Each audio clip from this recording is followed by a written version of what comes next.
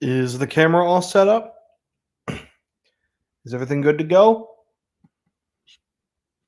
Okay. Okay. All right. Cool. Well, this is awkward. I told you guys that I was going to bring up more content and stuff like that, but as you can tell, I've been almost radio silent for the past couple months. Let's just say that there's been a lot of stuff in my life that has just drained me of having an ability to just go live and do stuff like this.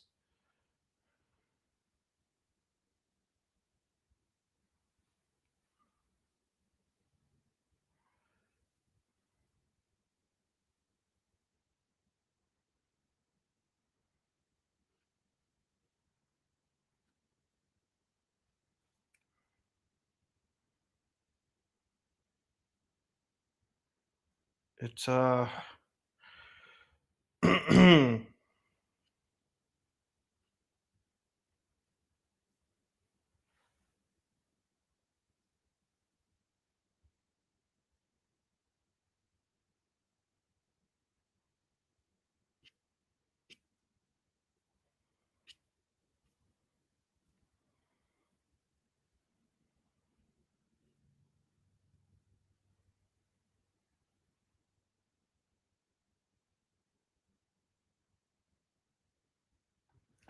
I keep hearing about something related to TF2 and I'm like what's going on? But yeah. So a lot of stuff has been happening with me as of late and it's really weird. Like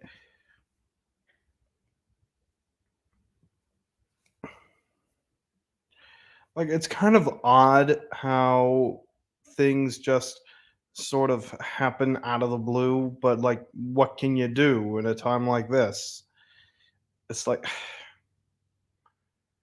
I've been working my butt off when it comes to stuff like school and work. In fact, once I get Mason in here, I mean, if I get Mason in here, I'll go into more detail about my new job that I made mention of yesterday on his stream. I want I it's not the truth is that a lot of stuff has happened to me and I've done a lot of things in the past couple months that I'm not very proud of.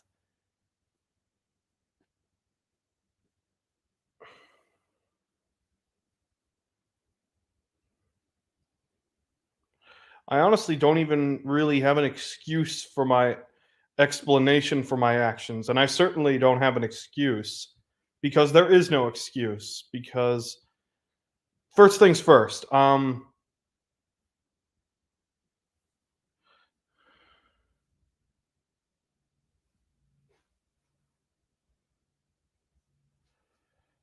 for one thing, it's kind of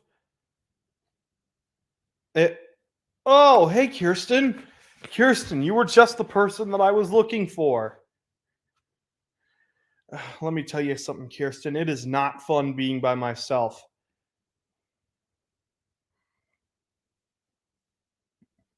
because I don't really have anything to say to myself. Like, I know I talk, uh, like, okay, I have a. How do I put this? I kind of had a.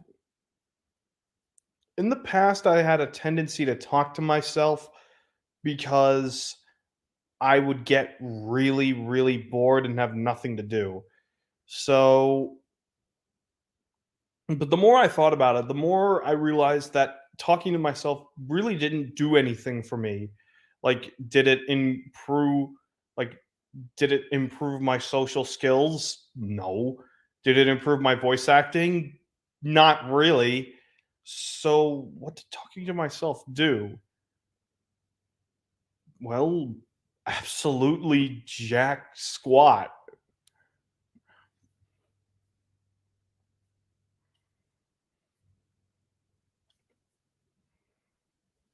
But it's whatever. Uh, so Kirsten, uh, truth be told, it's not very fun just being here on my own. So, Kirsten, I'm gonna send you a link on a special server that. Sorry, guys, I can only bring in people that I trust, and that includes Kirsten. And thankfully, there is a way for me to access her. So I'm just gonna put this in a little chat. We're both on.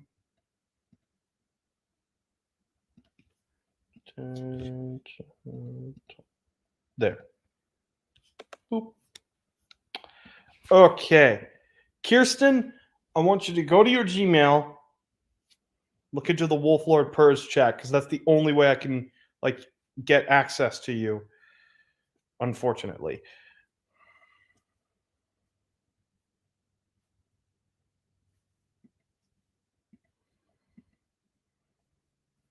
And to anybody else, sorry, but I'm afraid I can only add in people that I trust,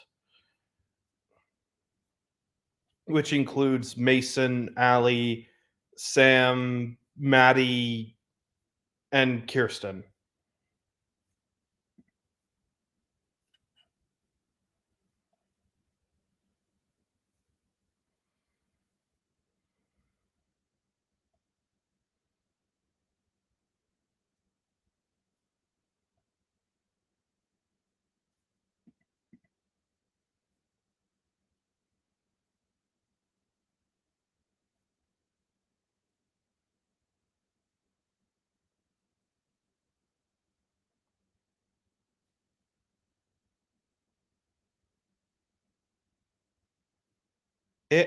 Oh, there she is. Whew, I was getting a little worried there. Okay, here we go. Jimmy, what's up? Kirsten, oh my god, you have no idea how good it is to talk to you again. I would like to apologize for messaging you in the place that I did, but it's the only way I can contact you at the moment.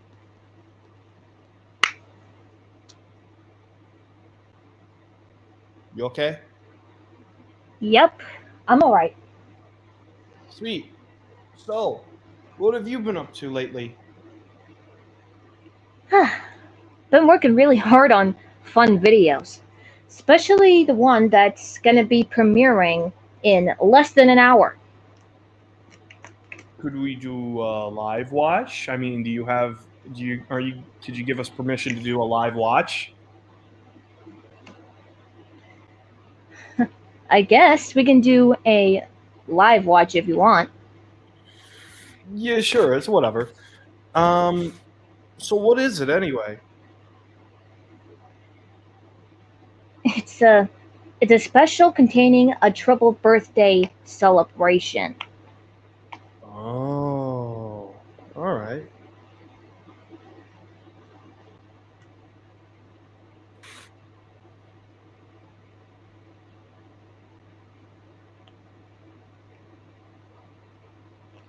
All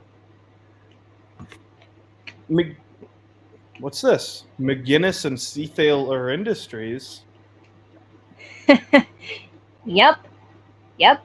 My own little company with Mason.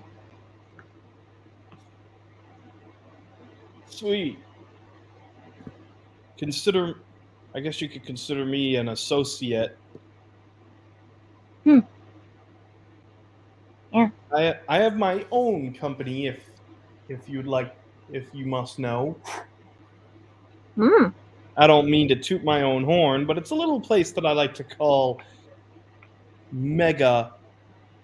Rockin' Productions. Whoa.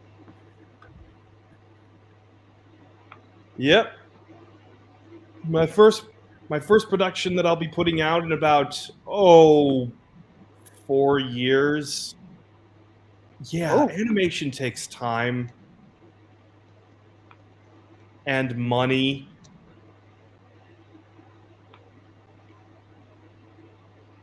But my first production is going to be a show that I concocted after a well, let's just say creative dispute with one of the people that I used to work with.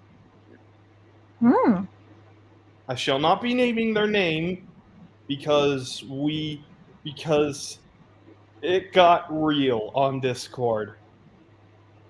Ooh. Actually, I think I've already told this story before.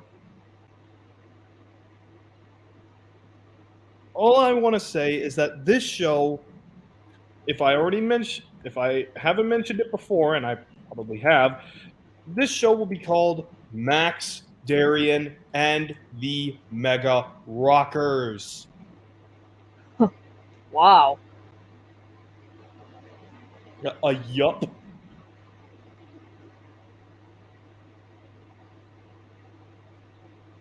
And you know how there are shows in current times when like the creators voice a character? Yeah? Like you've seen that before with like Ren and Stimpy and uh what else? Like Rugrats? Ren and no, not Rugrats. Ren and Stimpy and what other show? Uh, VeggieTales? oh yeah, VeggieTales. And what else?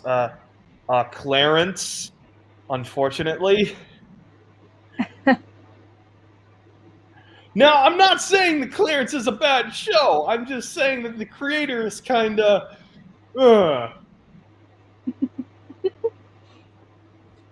Actually, what I'm doing right now is I'm doing this, and I'm also simultaneously playing Dragon Ball Xenoverse 2. Hmm. Oh, Allie just in the live chat. Hi, Allie.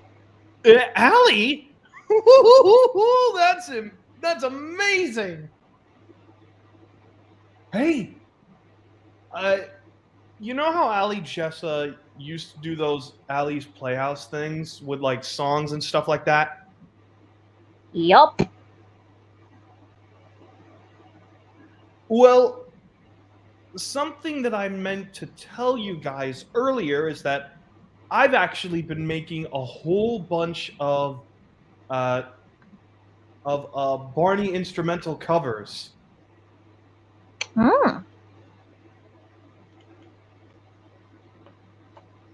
From like, you remember the one I did on like Everyone is Special? Yeah, well, recently I actually updated that one with a few tweaks, a newly found Joe Phillips instrument that I actually found myself, which was his brass section, Hmm. and yeah, a whole bunch of stuff like that. What I'm planning on doing is doing like all these instrumentals and like probably make it album length.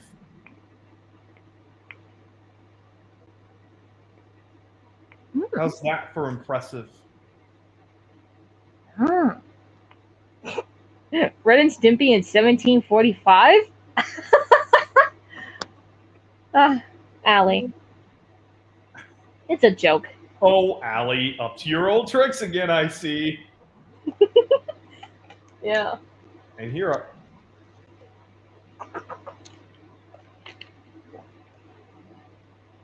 Wait, I thought tricks were for kids. Good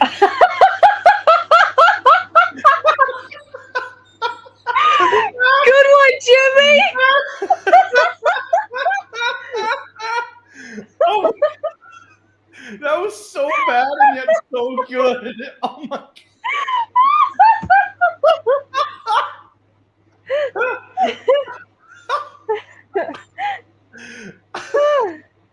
my god. And to think that I said that during a light raid. Oh, oh my gosh. Oh.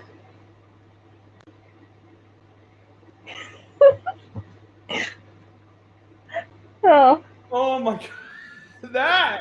That was a new level of just amazingness. That was glorious. Oh, Mason. Mason in the private Mason! chat. Oh! What's up, Mason? Surprise! Did you like the joke? I was gonna say I heard everything. LOL. Oh yeah. Yeah. That was like the first time in a long time when I actually had fun. If it was just me, myself, and I doing that, I would have just. It would have gone on with. I would have just gotten complete silence. But Kirsten, you took something that wasn't funny at all, and you made it hilarious. And I have to respect you for that. Thank you. Silly rabbit. Tricks are for kids. Oh my god, we are beating. Me and my crew on this light raid we are beating the tar out of Hit. Yes. Listen, do you know who Hit is? I was gonna say, I don't think so. You know, from Dragon Ball. I'm trying to figure. It's been a while. I haven't seen it. Oh my god. Okay, Okay, do you know the Okay, Mason, I need to know. Are you aware of the concept of a Super Saiyan God? I don't believe so. But Dude, did you even watch Dragon Ball Super? I mean, not too much of it, to be honest. Really? It's been a while. Does that mean you don't know who Beerus is? Not much. Okay, well, if that's the case, then who's your favorite Dragon Ball character at the moment? So far, it's gonna be a tough one between Goku and Vegeta. Oh, Goku is a good one. It's like, oh my god. Dude, it's so And obvious Gohan. for me. It's obviously Goku. And I can't forget Gohan as well. Oh, Jesus, poor Gohan. And Piccolo. Do you remember what happened to poor Gohan in the Boo saga? It's been a while because I haven't seen it for a while since I've been. In short, to make a long story short, TLDR. All right. Akira Toriyama basically just nuked Gohan before he really got a chance. Ooh. Oh boy. Like, he lost to Super Boo in rather embarrassing fashion. Jeez. Like, do you want to know how embarrassing it got? How much? He failed to catch the Batara earring, and he wasn't able to fuse with Goku in time. Ah. That's the reason why we got Vegito. Oh. That's understandable. Allie, I know you like to joke around with PBS kids. Never More mind. people. Did you guys? Oh my god! Did you guys see the Bland is all get out logo? Yeah, I saw that. Oh, yeah. Right. That was bland as all heck. Well, be grateful that they didn't change the font, though. Surprisingly, I'm surprised they didn't do that.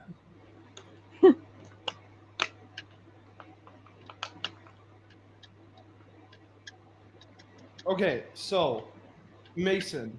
Yep. I'm actually really glad that you're here now. Now that my light raid is over, You see, in a light raid on Dragon Ball Xenoverse 2, you're only given 5 minutes against the character. Oh, okay. There are 2 ways for you to win, either by draining their health completely or if time expires. Okay. Okay, so anyway, Mason, I'm glad that you're here. Yep. Because now I can tell you a little more about my new job. All right. What is it? After trying to head back into the fast food industry and failing miserably, I then got what is quite possibly my biggest break yet. Mm-hmm. I'm kind of, in fact, I'm actually sort of following in your footsteps, as I'm also going to be working at a theme park. Oh. Yes. Well, I guess you got. Yes, I'm going to be working at a theme park to be announced. Oh. Yes. Well, I guess you got that motivation from me since I worked in a theme park as well for the past 4 years. Dude, everyone knows what Great it Wolf is. Lodge. Everyone knows what it is. You don't have to like be subtle about it. That's so many people say they don't like it because they just don't want to go to work. But I don't care what the haters think. What is the name of that place? Is it Cedar Point? Yes, correct you are. Because there are 2 theme parks currently in Ohio. That one and Kings Island, which is in Cincinnati.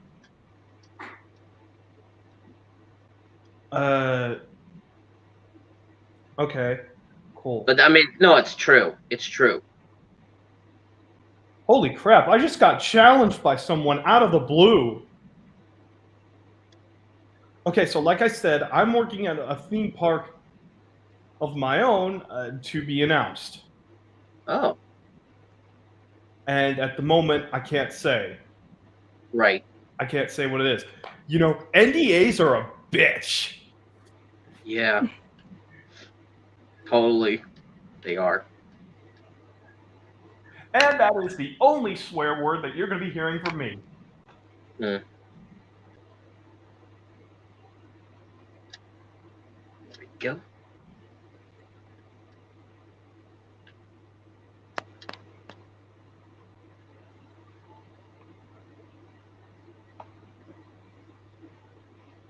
Right.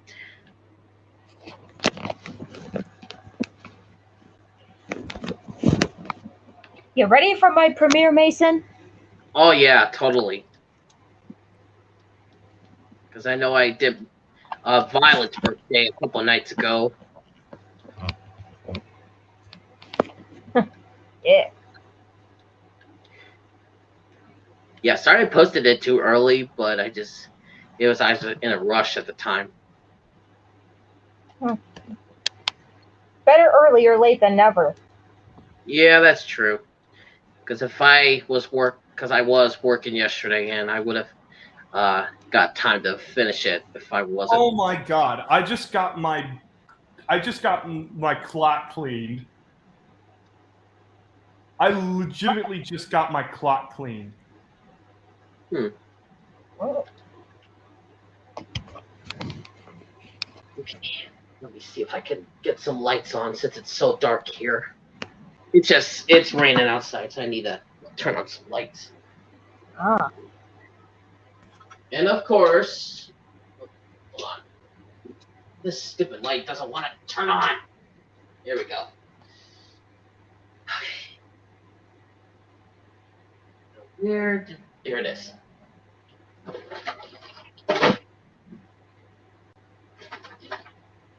So, if you did not see this yesterday on my stream, hold on. I did show Kirsten, but I think I never showed you. Really? Oh yeah, get ready, Jimmy. All right, hold on. Let me Mason's gonna show you something real cool. Yeah, if I can find my little tripod stand, but I guess I might have to do it by hand. did I put my little tripod? I'll see you at my premiere then, Allie. Oh, here it is, right behind my chair. It's only me. Well, that should be interesting. Okay, so hold on a second while I get this set up. All right. I just got my clock cleaned by this one guy, and he wants to fight me again. So I got the Yeah, I saw that thing. I got this in Amazon. First, no pictures. A little magic. Got pictures. Then a little magic again. We got color. So I've been starting to work on that magic recently. It's starting to go really good for me. I just need to figure out some more magic tricks that I could try doing. Like maybe learn how to do a hanky trick, flower trick. Don't know about a bunny rabbit because that would be hard to take care of. Oh my god. What? About what I said? Oh, it's just that funny little joke that Jimmy made there. I thought jerks were for kids. Oh, that one. Oh god, that was funny. Oh.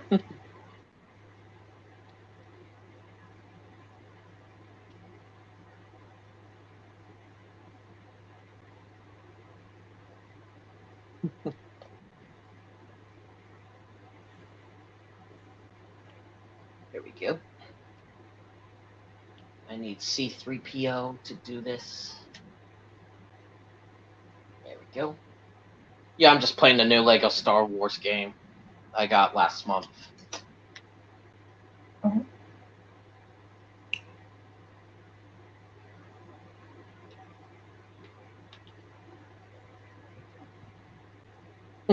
That was easy.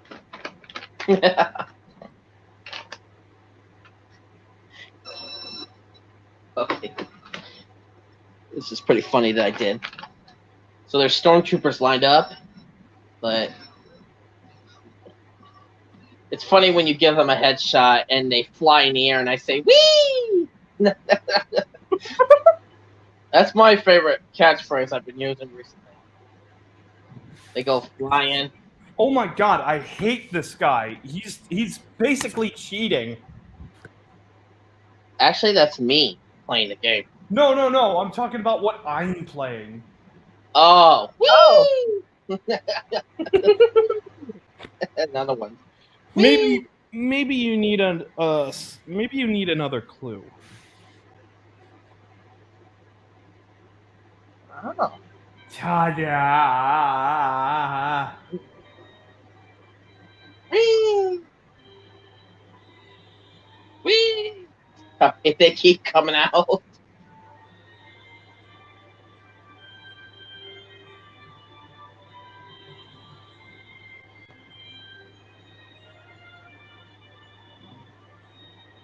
I gotta go around the other way. Yeah.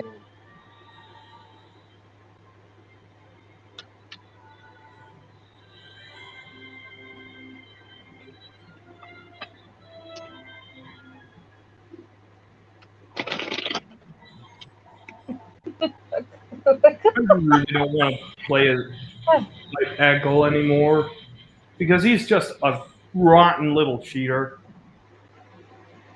Oh. Hmm.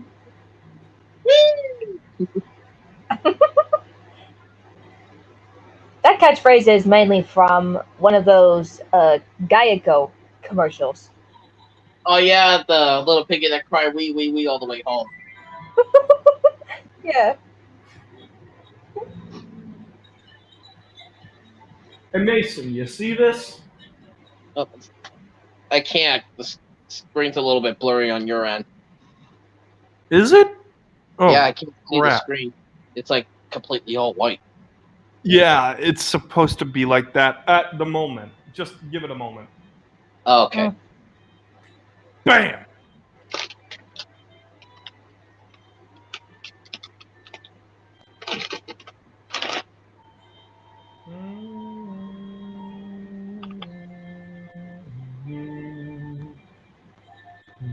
Oh, premiere in 30 minutes. Yes.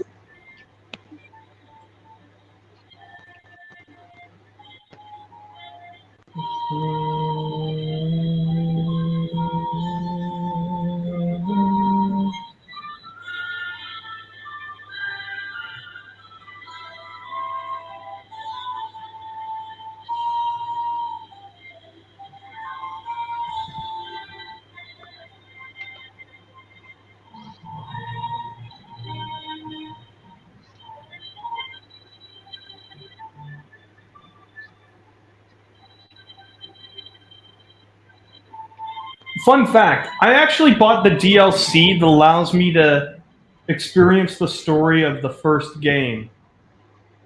Oh. Oh, really?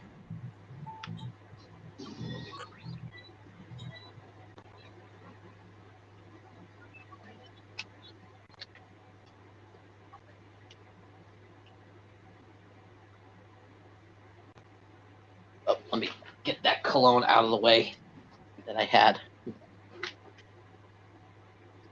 Okay, let me see. Yeah, this is the part I was talking about. Headshot. Whee! And they go flying.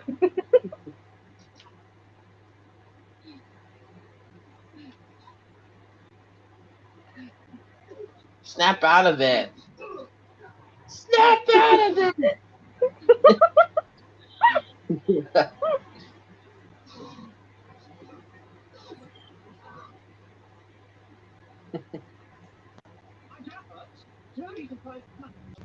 Okay, yeah, not gonna happen, dude. That's right, I'm Boba Fett. I'm the greatest bounty hunter of all. Better than my father, better than the Mandalorian, even better than Dengar and Greedo.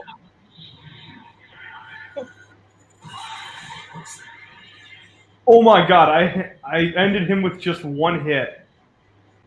Oh my god. I just Oh. fired one single Kamehameha.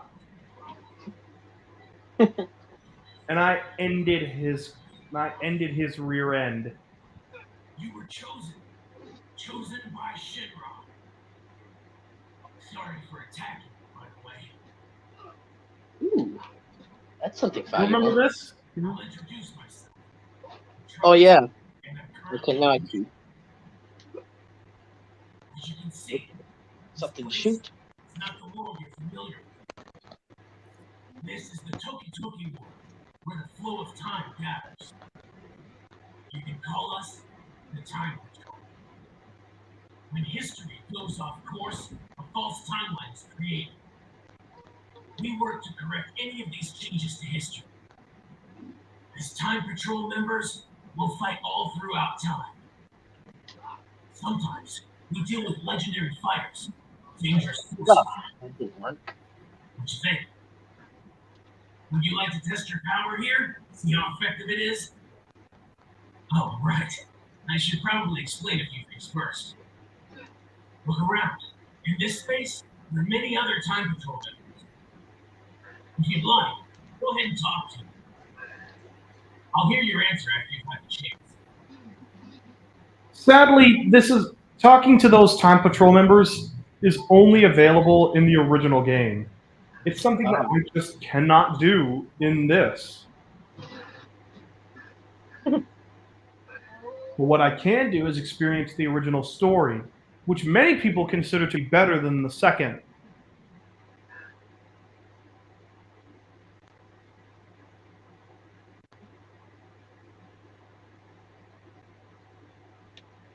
We call this the Time Nest.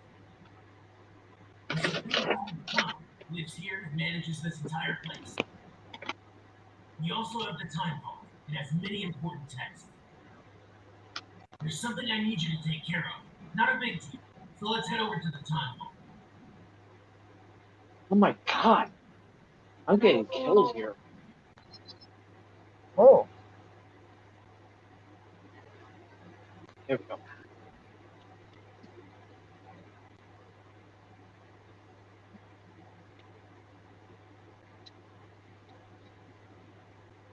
This is the scroll of eternity. All of time, all of history, everything. It's all listed in here. But here, just take a look at this. Now, Mason, I want you to look very carefully at what's going on in this altered timeline.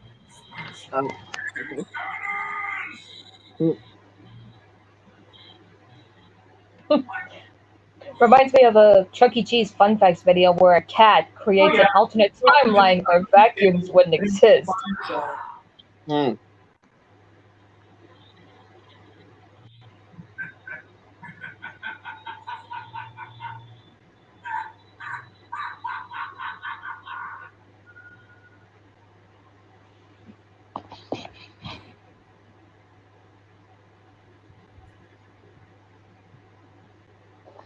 As you can see, if history is in any way altered or distorted, it could change the world as we know it. We have no choice. We have to stop it. We can't let history change. Right now, Goku is in trouble and needs help. Dude, put some pants on, will ya? The stormtrooper's naked.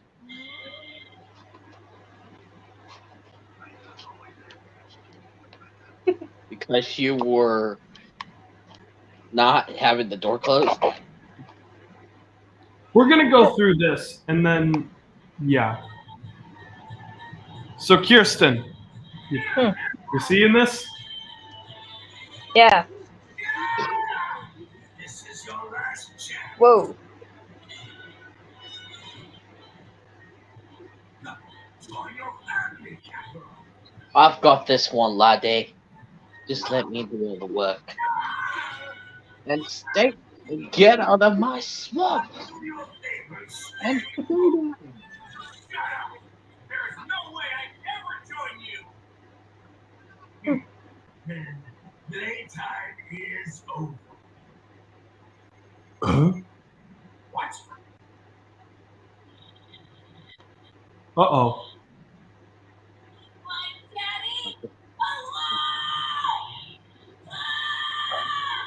You'll be cannon! Ooh. You brat!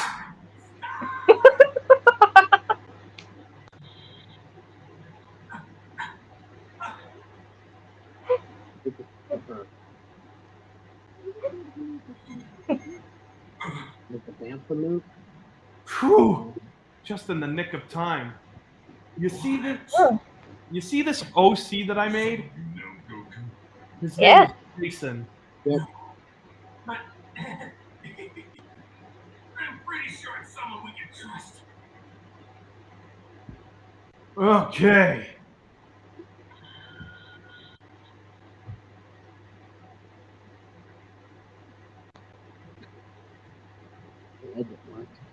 You guys ready for the epicest beatdown?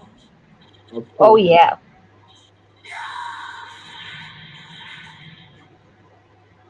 Whoa. No matter how much trash there is, it's still trash.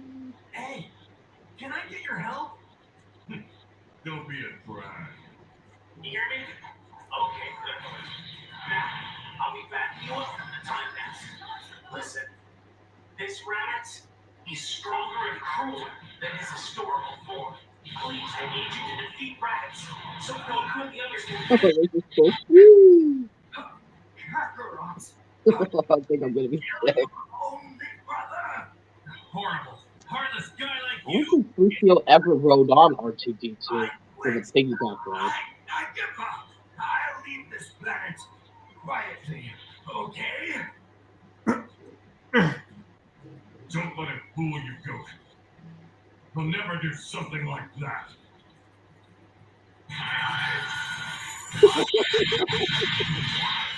Bada boom! Ooh. Oh, okay. Oh my god, I think I'm gonna make 3PO sick. Mason, hey Mason, if Yep. you've seen Dragon Ball Z, I think you know what comes next. Yep. What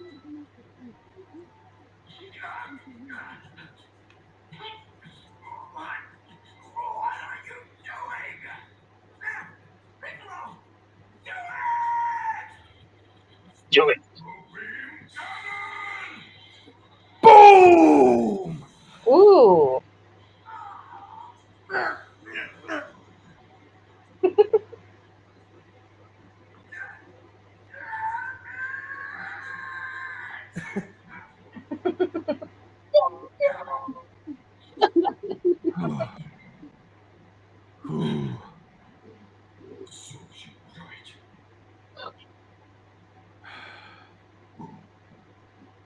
You will feel the power of the dark side. What was that? Where did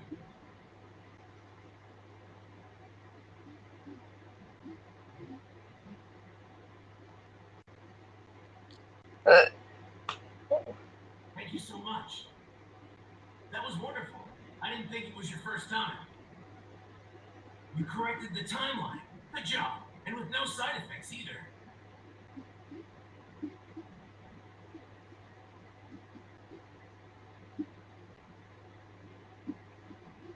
Alright. Once we have the Supreme Kai of Time put it in a scroll, it'll all be done. Oh, you don't have to worry about Goku. It's fine. He'll be revived with the Dragon Balls. Oh, yeah. And well, that scroll isn't the only one with a history change. Nope, afraid not. Just talk to me whenever you're ready. Take your time. Yes, please. That episode really got to me.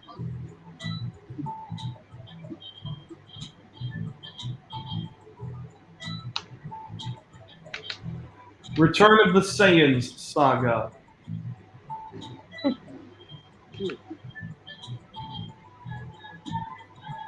So, did you enjoy that? Oh yeah. Good. That was amazing. Unfortunately, that's all you're going to be getting, so I don't get copyright struck. Ah, gotcha. It's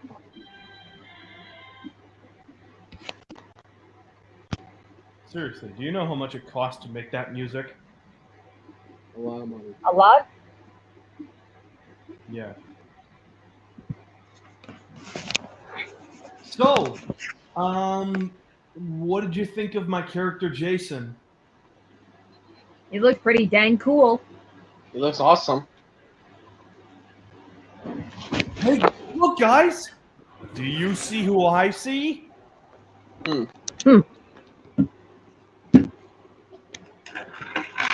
Samuel. Oh. Hi, Oh. Sam. Hey Sam. Finally, I can use this as a way to thoroughly apologize. Hey, Sam. Hello, guys. Oh. And yes, Jimmy, I did just hear what you just said, and I did, you know, probably read the title. I'm like, well, Jimmy's on. He's probably gonna mention something about, you know, what happened. What's Yeah. recently going on. I knew he was gonna probably do that, so I was like, you know, maybe I should let him explain his story. I was just in a bad place at the time. Like, just really angry at the world. But I'm explaining my actions, but I'm not giving myself an excuse, because, well, there is no excuse. Just maybe I was maybe some of it I was maybe being a little bit just over. Maybe I was kind of being a little bit, you know, rude when I went live. But just honestly, I don't appreciate how the way. No, it's not just you, Jimmy, but it's just this appreciate how some of you all have been treating me. Just some people have been making false claims out of me, and that's not, which isn't even true. I've had people make live streams out of me, and I don't appreciate that. I mean, I'm going through the same thing as well. And I also don't appreciate being yelled at.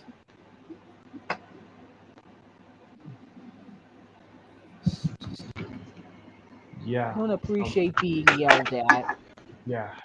Especially after me being used. Sorry about that. I know you've been used. Jimmy, I understand, Jimmy. I understand you were in a bad place, and I'm sorry for whatever you're going through. Anything else? Just, and I don't know about this, but I'm having trouble finding a lot more people from my childhood to be a part of my. It seems like I'm having trouble with my podcast a little bit, trying to find people from childhood who would like to be a part. So I don't know how long the series is going to go on.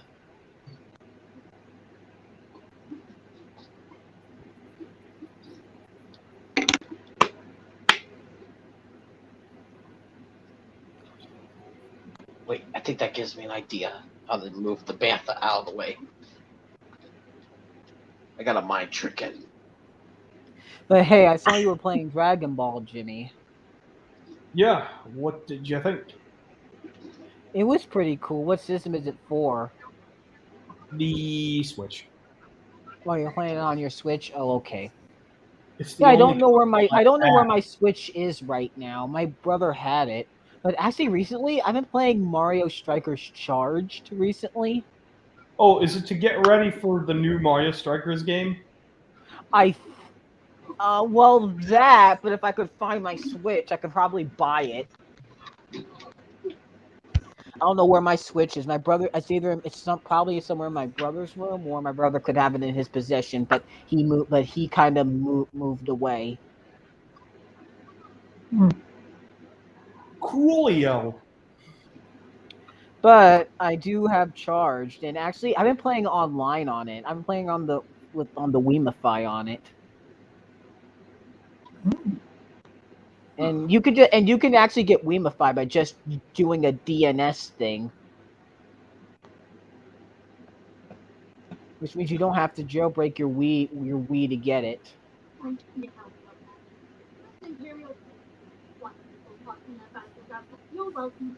Wait, hey Jimmy, don't you have a regular Wii, or do you have or you only have a I mean, Wii I U? used to, but that thing is very missing right now. Oh.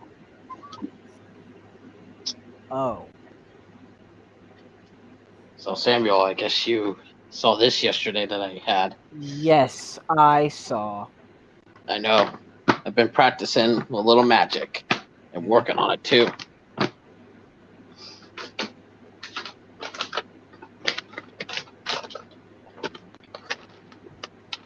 Maybe next time for your streams I can do that for the others.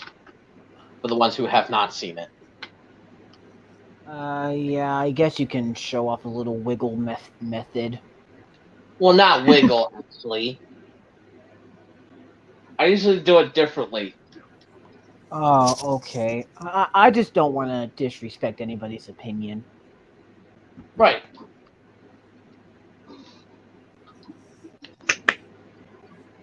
Because that's the thing. I just don't think people respect my opinion about certain shows. No, I know. No, I get it. I mean, hey, you think that? I mean, like, I really love Barney and everything that's done, and you think it's just eh. And I can Yeah, Barney. respect I'm very low neutral to it. I mean, don't get me wrong. There is some good. I've actually seen some of the good stuff. I've been watching some of it, and some of it's And you know actually what? pretty understanding. And here's the thing. That's fine because it's an opinion and everyone's allowed to have their own opinion. Right. Yeah, Mhm. everyone has their own opinion. They don't have to like one thing, but they like the other thing. Just like Jelly Bean Jungle. Like they did a song called What Is Love, and they said you like one thing and the other person likes another thing. And we have to respect each other's opinion. Yeah. Yeah.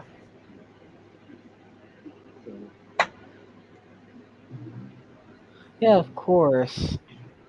Unless I haven't watched that show for quite a while, so I might have to check back to. Yeah, yeah, and honestly, you want to actually know something? I've actually been trying to I've been actually rewatching the whole hit era of a certain of. I've actually been rewatching the whole hit era, the hit modeled era. Oh, Thomas? Yeah, of Thomas. Yeah, I've been trying to watch I've been doing like the group chat. I've been doing a group chat where like we're watching To be airings. honest, it's been so long since I've seen those seasons that I don't know how to feel about them.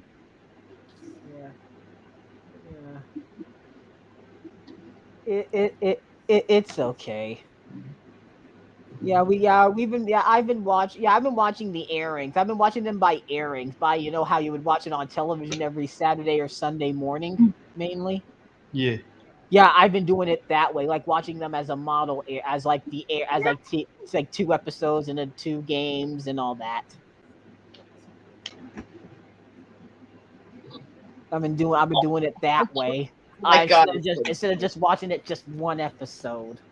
Holy man, Sam, if I could be honest, you should have been here a lot sooner because I cracked the joke with like Allie and I cracked the joke with Allie and Kirsten just did. What? If you want to know what happened, just turn back the video and see for yourself. Okay, I'll turn back and I'll look.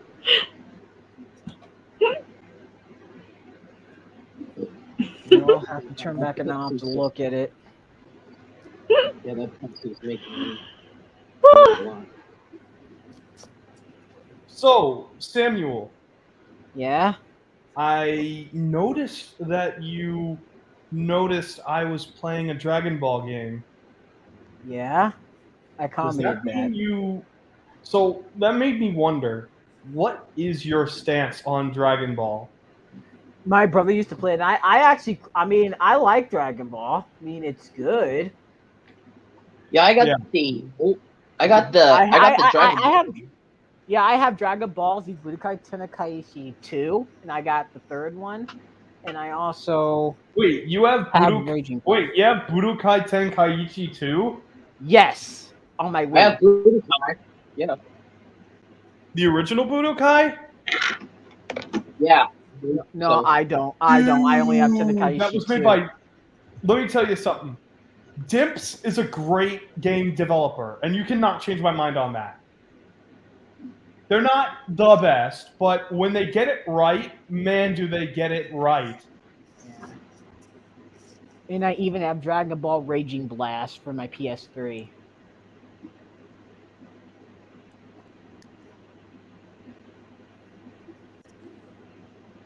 So yeah, my brother was a huge Dragon Ball fan.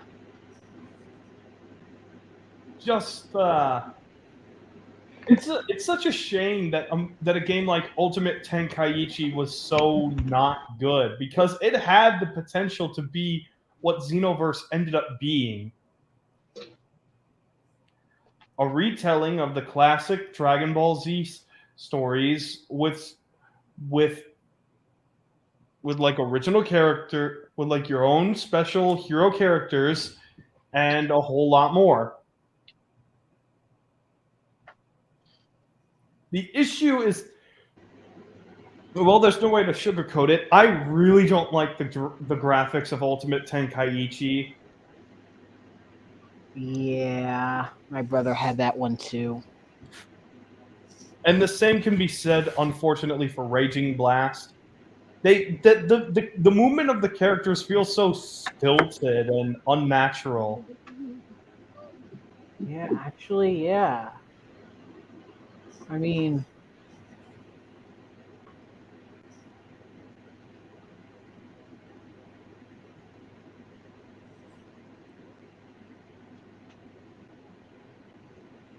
yeah, they do.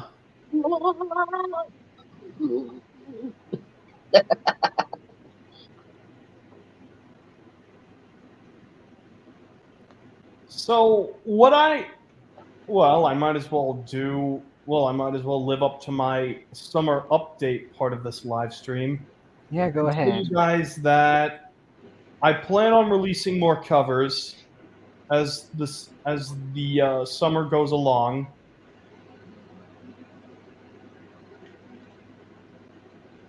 I don't know what the first cover I'm going to release is, but I know that I've completed about 10 of them. Yeah, I saw some of your covers, Jimmy. I only released one. Yeah, well, whatever you released, I saw it. It's great. Really? Yeah, it is. You did good. Yeah, it's really good. Well, to tell you the truth, Yeah. I didn't exactly. I knew I could make a few changes to it to make it more authentic, and I did just that. And I do plan on releasing a version 2.0 once I feel like I've made enough changes. Yeah, I was gonna redo that for some of my instrumentals that I've done. Make a two. Oh yeah, did some of you see my instrumentals recently? Did you see my recent one? Because actually, I actually did a Oh, really yeah. really good job. Because honestly, I tried to get the sound effects in there too.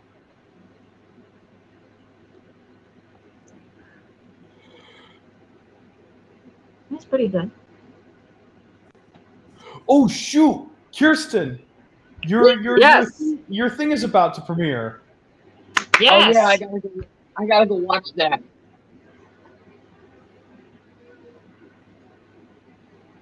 So how are we going to watch it? I mean, I I can. I got mean, I can still stay with you, Jimmy. I can still stay with you, Jimmy. I can still stay.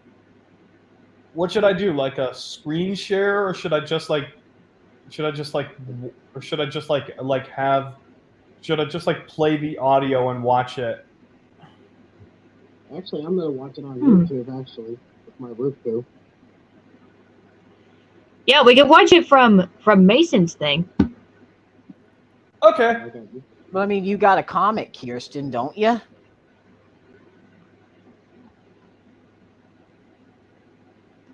I actually got like a few comments before this premiere would even start. Okay, I just want to make sure that you know.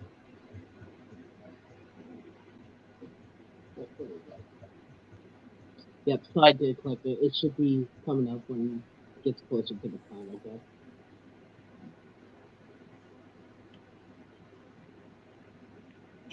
Seeing the thumbnail there? That's Jessica Giraffe from Jelly Bean Jungle. Jelly Yeah, Bean Jungle.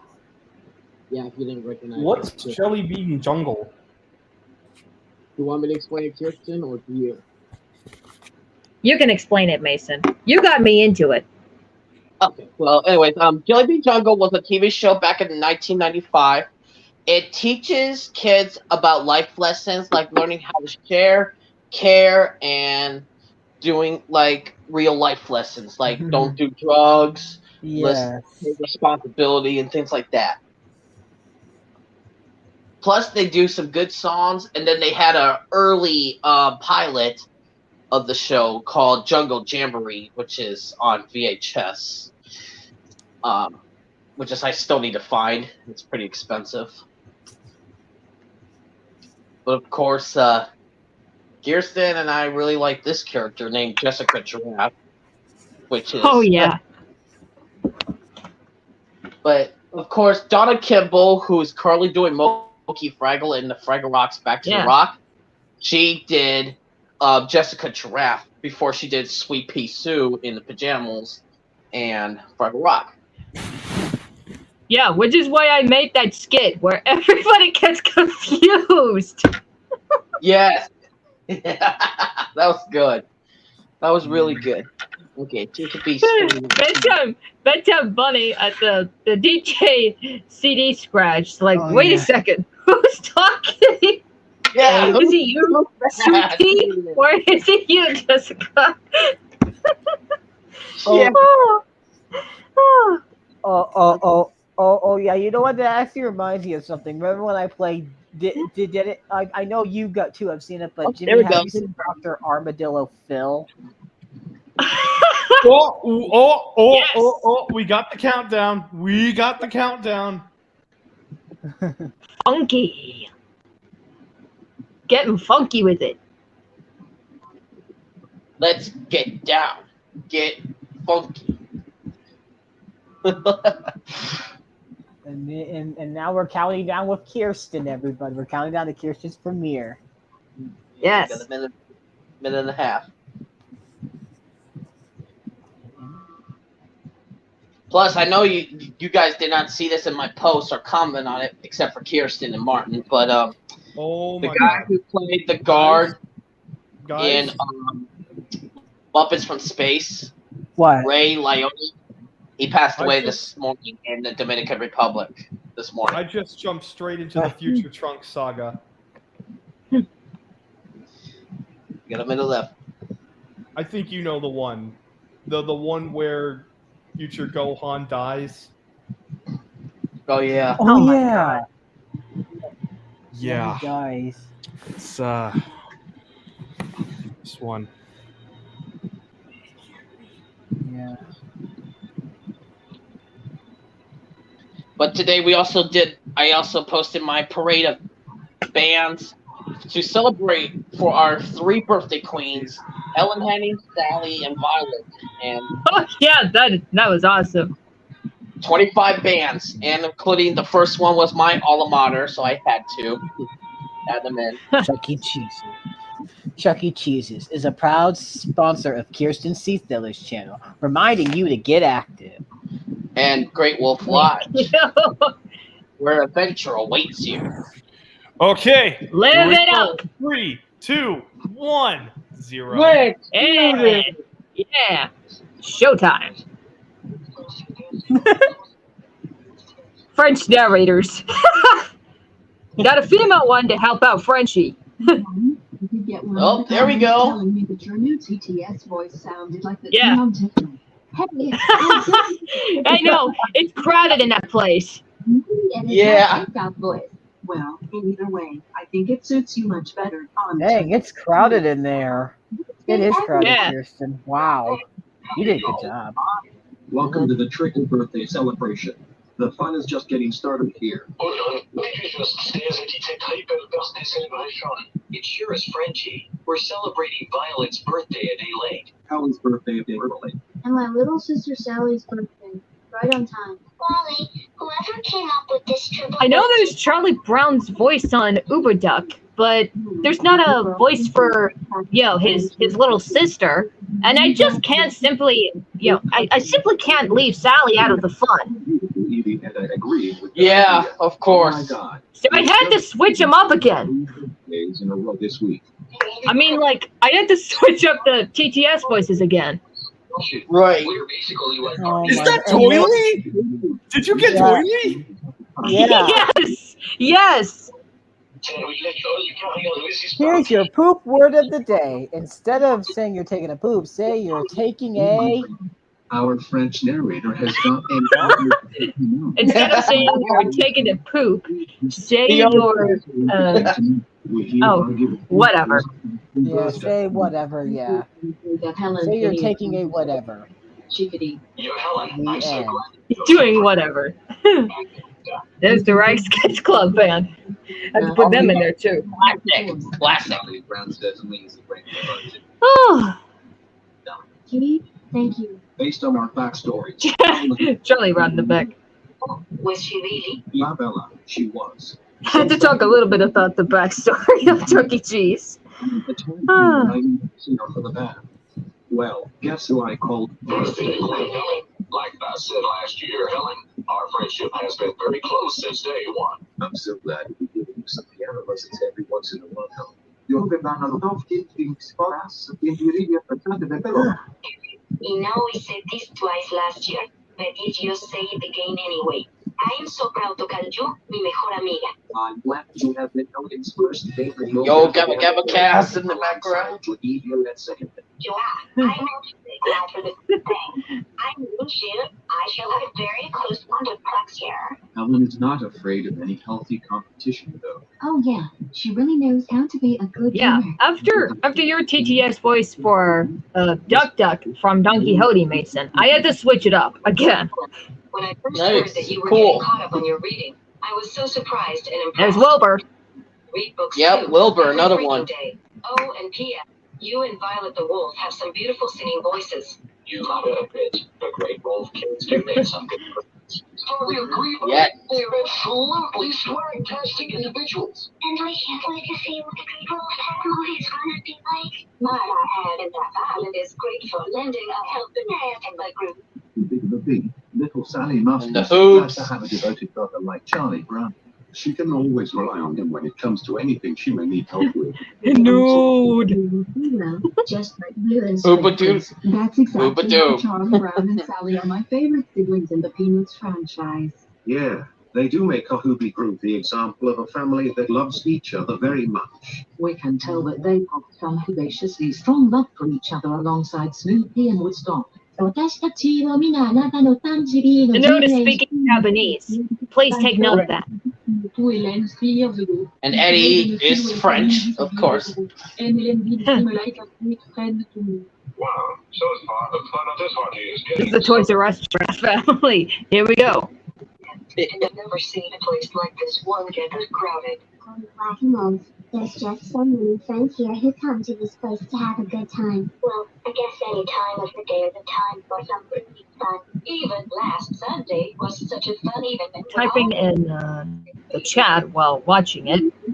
Johnny, it's dangerous. This is a triple birthday party.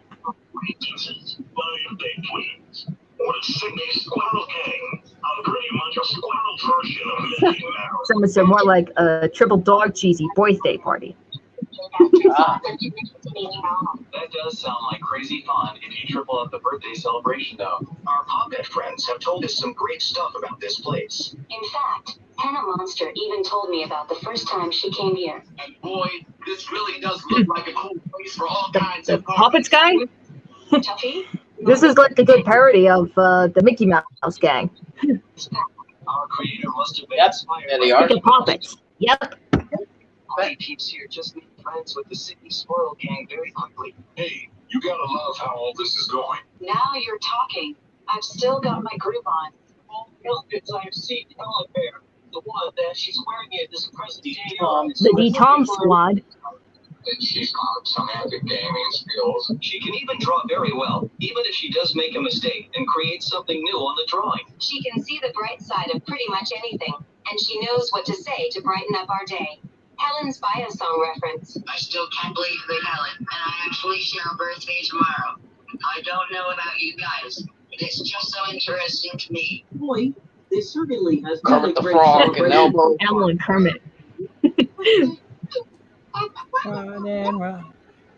Well, Okay, hold on. How did you get those text to speeches for Uber Kermit? Duck. It's Uber Duck.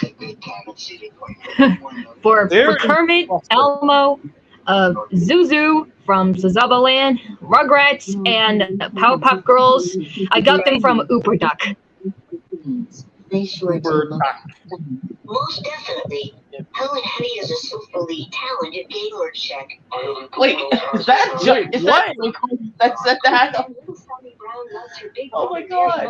Sprinkle's got a new voice. From what I can recall, last year was he Yeah, why not?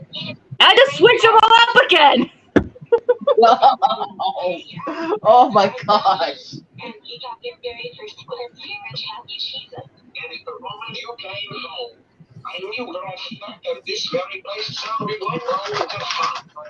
The place that looked like mischievous entirely, because the entire was one color, and we're both from planet purple.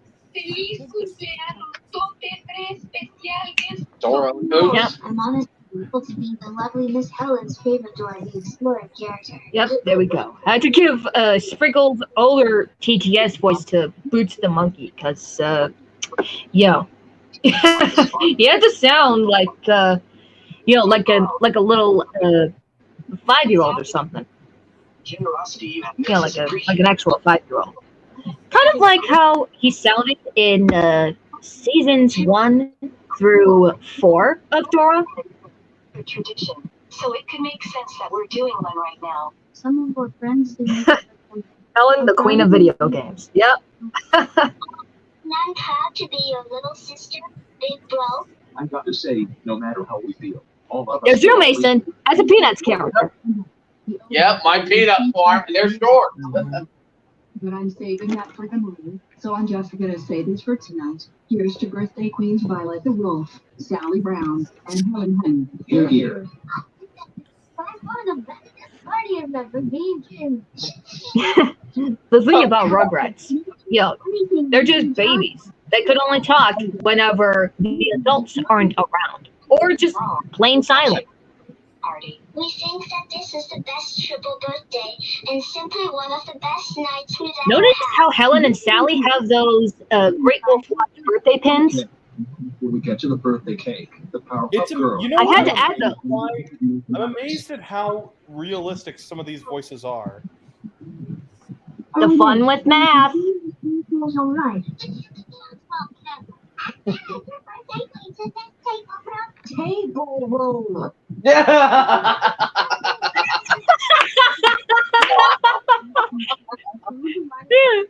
Table room. Table room. Good job, Charlie Brown. Some people say that my big brother doesn't Woo! really think but he'll always be sweet to me.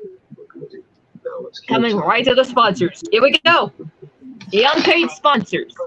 What do you mean by the letters VS and by the number 18? V for Violet, S for Sally, and H for Helen. I joke that she was in Great Wolf Project. Oh my god, really? Many thanks, but Yeet. c'est très belle birthday femme. Enjoy the rest of your night, everybody. Oh my god. We're coming right to the end screen. Then smash I gotta say, this has been amazing, Kirsten. I love it. That was awesome. And ring that bell for a new video coming your way. We'll see y'all next time. Alrighty, that was good. But somebody else. My only hope is that deep fakes in the future can sound more realistic. But of course, we do have a couple birthdays coming up next month. We do? The first one is all- Martin's. Yeah, Martin. And then second is me. Mm-hmm. Oh, really? My birthday's June 28th. Next month, I'll be 23. The glorious Mason McGinnis is turning 23, and he is never going to get any older than this. Wait, you're 23? I'm 22 right now, but I'll be 23 next month. That means you were born in 99. Correct. Yep. He's like he's a late 1990s to early 2000s kid. Yeah, that would consider us that.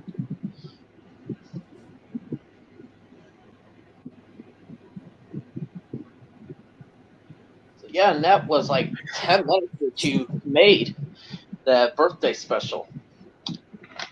Whew. But Kirsten, if you wanna, I was gonna say if you wanna go ahead and the video that I made that I posted this morning to add in, like to the playlist, not the video. Sorry, I'm a little bit tired. Swimming today. It's okay. But if you want to add that video to the playlist, I can. Like, have that special kind of thing.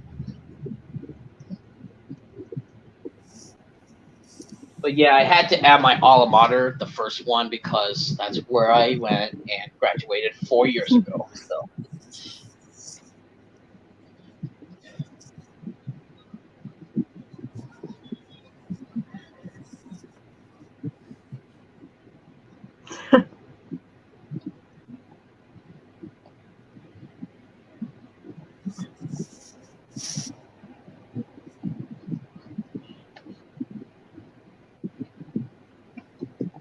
yeah, I'm just watching my band video, but a little bit quieter.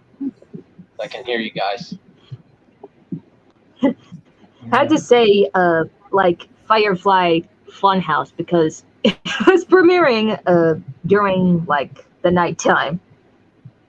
Oh, yeah, because the Fireflies come out at night. Yes. That makes a good point there. Yeah, it makes a pretty good name for the sketch show. Yeah. So beware. Take care. Because Oh my gosh. Oh my gosh, why did I not think of this person before? Who? Yo, so did anybody thanks, remember Allie. watching? Did anybody remember watching Bill Nye in School? Oh Yes. yeah. Bill Nye the Science Yes. Yeah. Dude, oh, you guys I think I may have the perfect idea. I think I can find somebody who maybe can be on my show from Bill Nye, because I think I found it was I'm not sure. Well, I'm not sure what her name was, but she was. I'm not sure what her name was, but she was one of the kids, and now she's. So maybe I can get her on.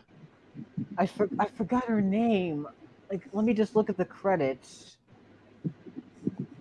Bill Nye the Science Guy. I is definitely, broad- I definitely remember watching Bill Nye in high school.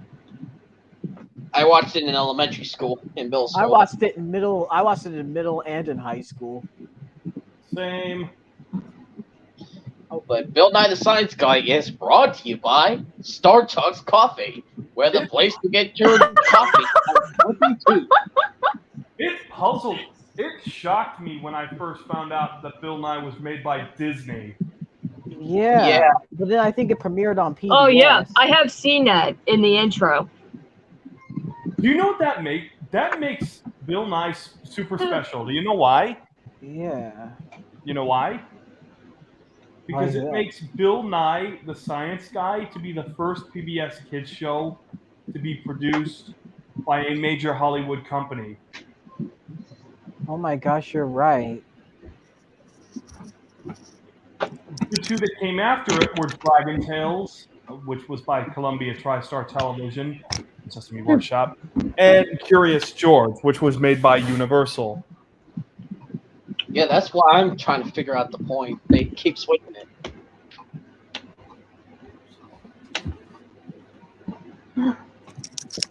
Sorry, guys, I had to go get one of my. Well, I'm with because I forgot because I think somebody from the show actually, like one of those kids actually had an Instagram, and one of them led to their.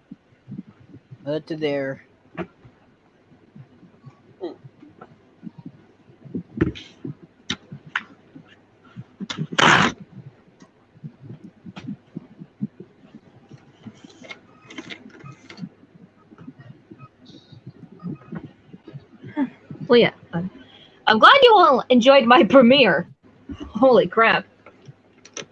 Oh yeah, I love it. That was a sight to behold.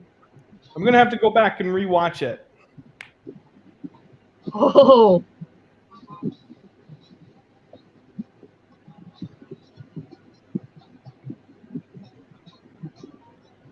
You know, honestly, guys, this has just been a ball.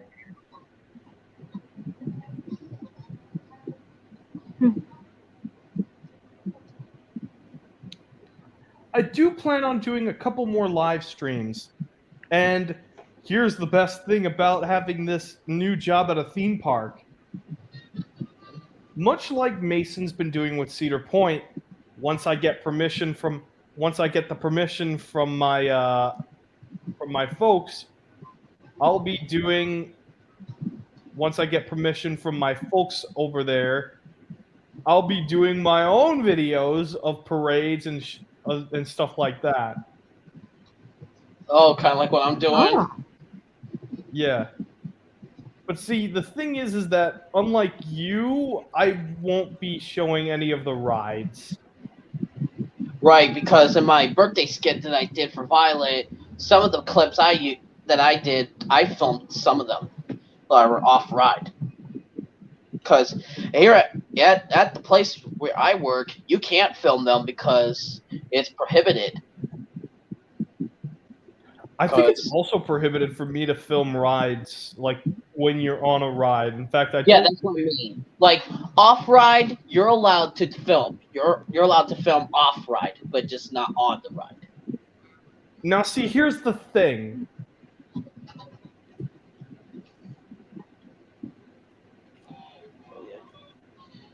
Actually, I'm not. Actually, I don't know if I'm supposed to say this rule on air.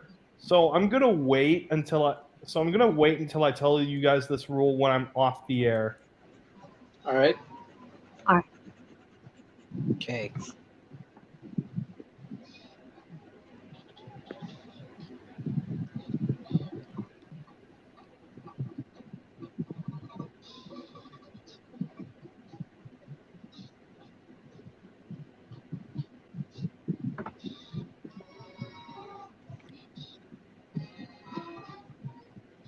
But yes, I'm glad I got to film the Baltimore Ravens band back in 2018 when they were in my hometown, Canton, Ohio, when they were inducting Ray Lewis and Ed Reed in the Hall of Fame.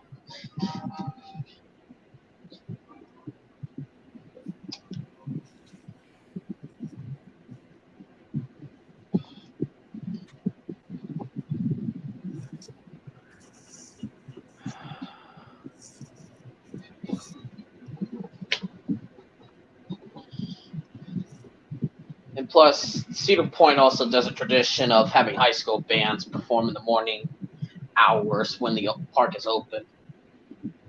But mostly a lot of them come on the weekends. Friday and Saturdays are mostly the popular days. So.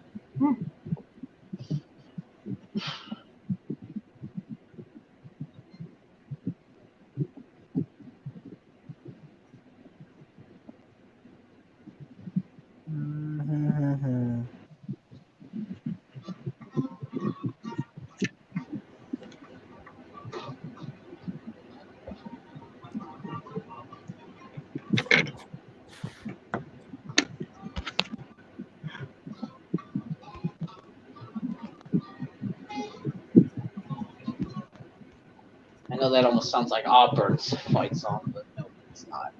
It's Maslin.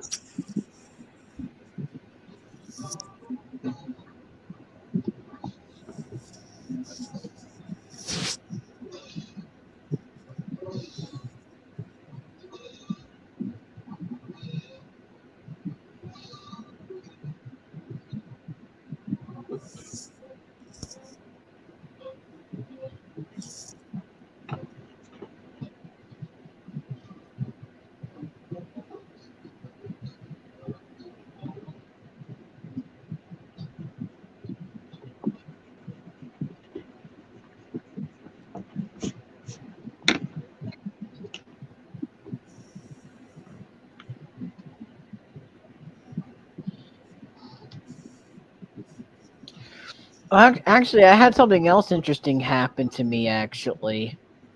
So it was actually on Facebook, actually. So I told him I don't even use my account very much because I just don't really like it. But actually, both Michael and Patty Silvershear literally friended me on Facebook. Oh yeah? Oh. Yes, and they also did stuff for the Bajanimals too. Besides Animal Jam, they did stuff for the Bajanimals. Yeah, but they both literally added me as a friend on Facebook. I kid y'all not. Nice. And they volunteered to be a part of my show.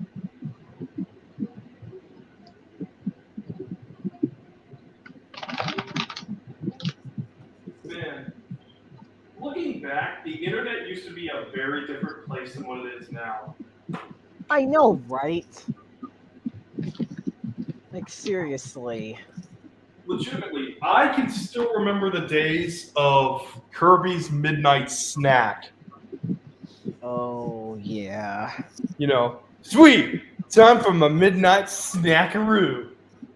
Yeah. Oh my god! And I'm actually, recently I was just looking back at Mark Thompson. Man, we had so much fun with him.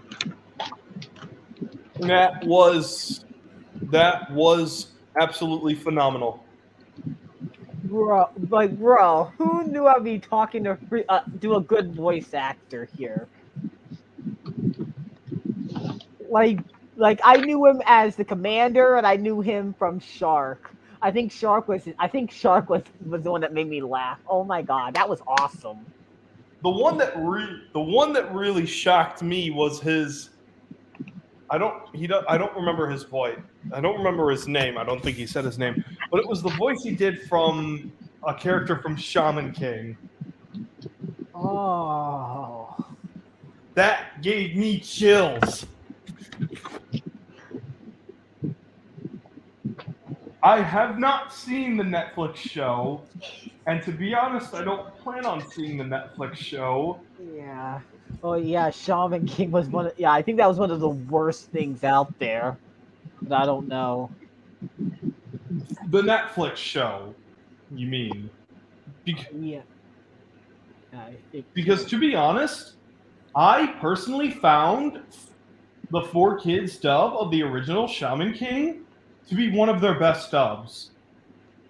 Yeah, but you said one of their shows was the worst. You said that one of their shows was the worst that they did. I think I was talking about One Piece. Oh. Oh yeah. Like, I love 4Kids to All Kingdom Come, but there's no defending a dub like that. Yeah, I know. Ugh. And you want to know what the saddest part is? Yeah. I can't even bring myself to blame 4Kids for that dub being so terrible. I can't. I mean, it would be so easy to, but I can't bring myself to do it. And you know why? Yeah. I mean, like, no. But, Because, to put it simply, well,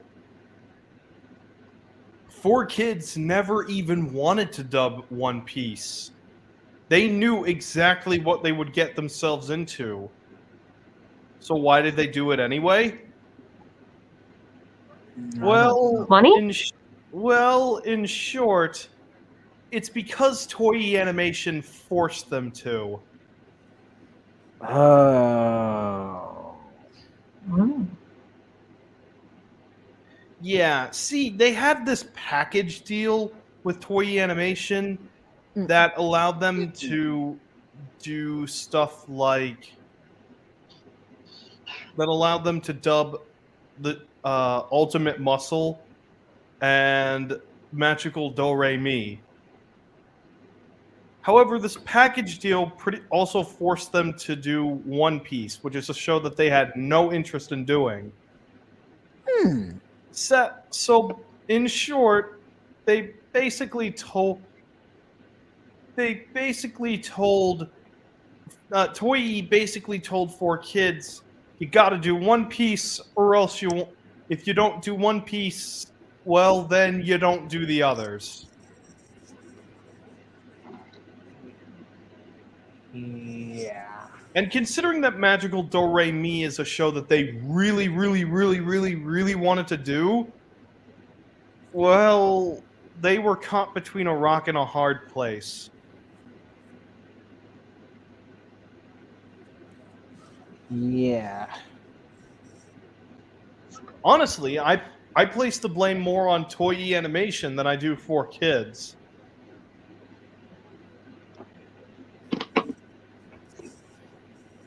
Yeah.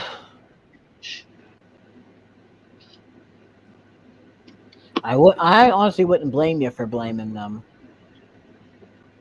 seriously, it's like I want to like Toei animation, but the way that they've constantly meddled in the way that they've constantly done this executive meddling in every single dubbing, like it's not just for kids. They've systematically screwed over every single dubbing company that they've worked with, except for Funimation.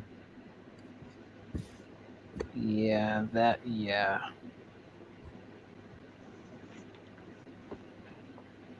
And the only reason why Funimation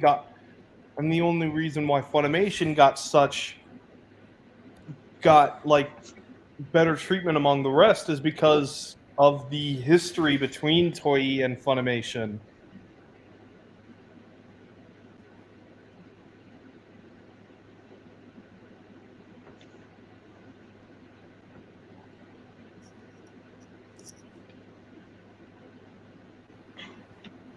Funimation. That's the company that made the movie Chuck E. Cheese and the Galaxy 5000. They're also the company that was knee deep in the Vic Mignogna scandal.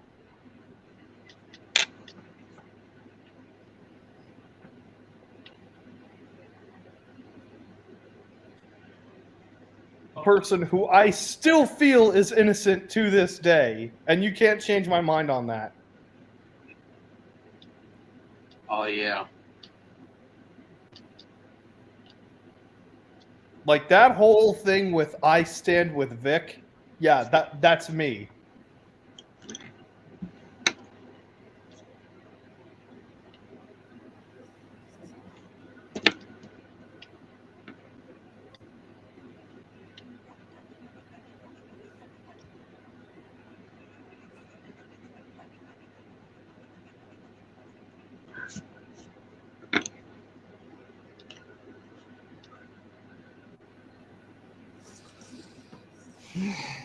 Yeah, that was pretty. Yeah.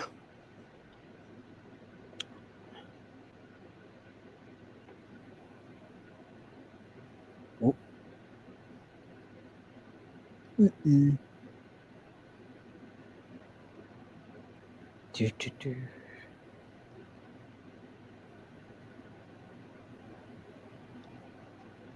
I'm fine with the fact that some people think that Chuck E. Cheese and the Galaxy 5000 was a weird movie. Really? I don't think I've seen it, but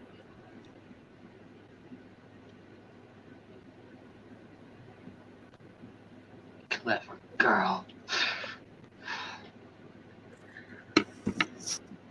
head. Now you got away.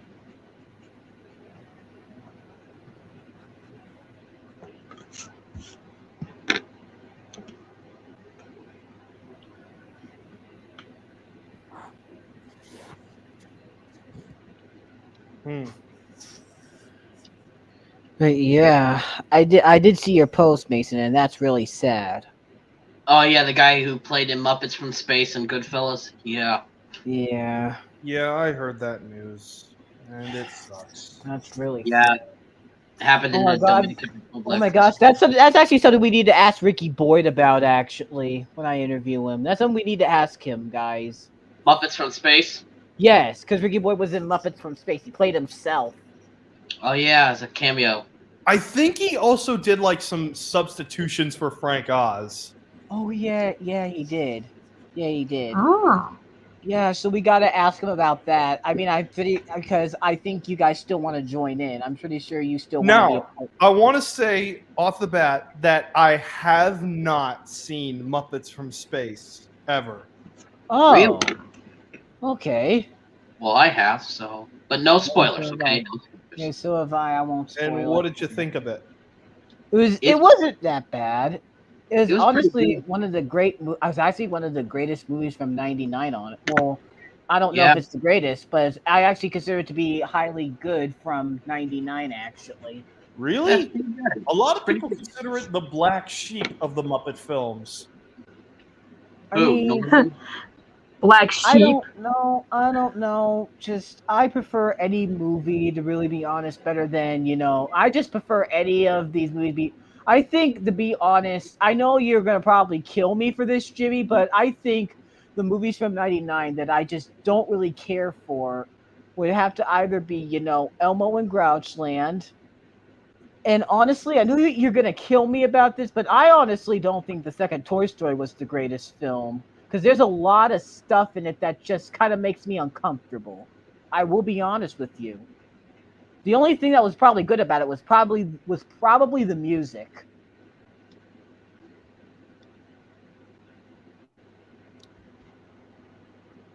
No comment. Yeah, you have no comment on that. I mean, At least it's you're not like he's gonna kill you. Yeah, I mean, it's your opinion, Jimmy. I mean, it's your opinion. Truth be told, if you were to like, I've seen Elmo and Grouchland a number of times, and if I get around to watching Muppets from Space, I'll rewatch Elmo and Grouchland with it. But in my opinion, I think I'll get the feeling that that like Elmo and Grouchland is going to be better overall, because like, Jesus Christ, I saw what they did to Gonzo in this movie.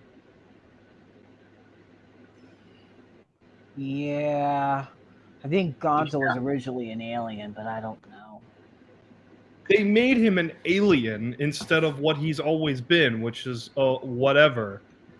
On top of that, I don't think I've ever seen Gonzo be this depressed.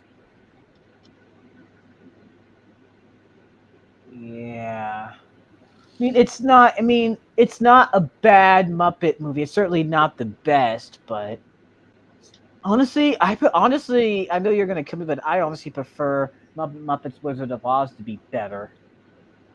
I have not seen that film in a long time, so I cannot give an opinion.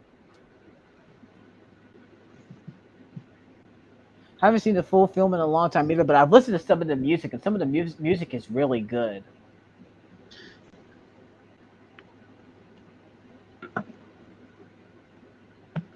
And honestly, I like the Muppet 2011 movie as well. That one was pretty good as well. Oh yeah, the version of Rainbow Connection where all the Muppets sing together. Wonderful. Yeah, I know, right? That was so good. Like, dude, not only that, but we had Selena Gomez, we had Whoopi Goldberg. Man, we had pretty much. Honestly, we had pretty much almost any celebrity that be on the Muppets. Being on the Muppets, we had almost every celebrity. Whoopi Goldberg was also on Sesame Street's 50th anniversary TV special. Yes, she was. Wait, who? Whoopi Goldberg. Oh, right. Yeah. Actually, guys, speaking of all these celebrities, I actually have a question to ask. So it's actually about my favorite show of all time. If you were to pick the worst celebrity to narrate Thomas, who would you say? Personally, I'm going to say that Bronson was probably the worst. Because oh god, Pierce Brosnan was probably the worst. Yeah, I would probably say Pierce Brosnan. Because honestly, like watching The Great Discovery, I don't really care for The Great Discovery regardless, because honestly, watching the movie, I felt bad for Thomas half the time. That he found this town in the beginning, and then everybody decides to focus on the new engine Stanley. As much as I hate to say it, I personally say, like, how do you feel? How exactly do you feel when they decided to make Thomas the character, the narrator in Blah Blah?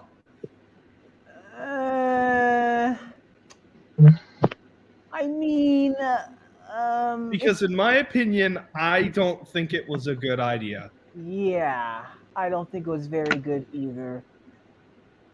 I mean, some of the stories probably were still enjoyable, but actually, some of the stories were fine. They were. I wouldn't say that they're too enjoyable, but Yeah.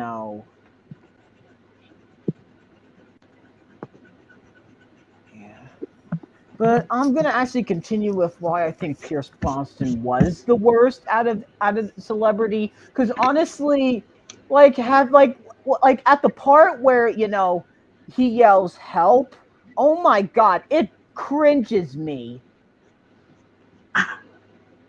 Like in the Great Discovery, and then the part where they're all like, "Welcome, Stanley." Oh my god, just oh my I have goodness. not seen that movie, and I don't really think I will.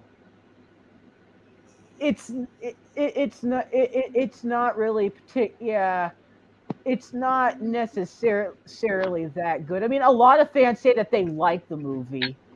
I don't understand why. And also, I'm gonna actually say this to you. So Thomas goes through a canyon, and then he flies off the canyon, and then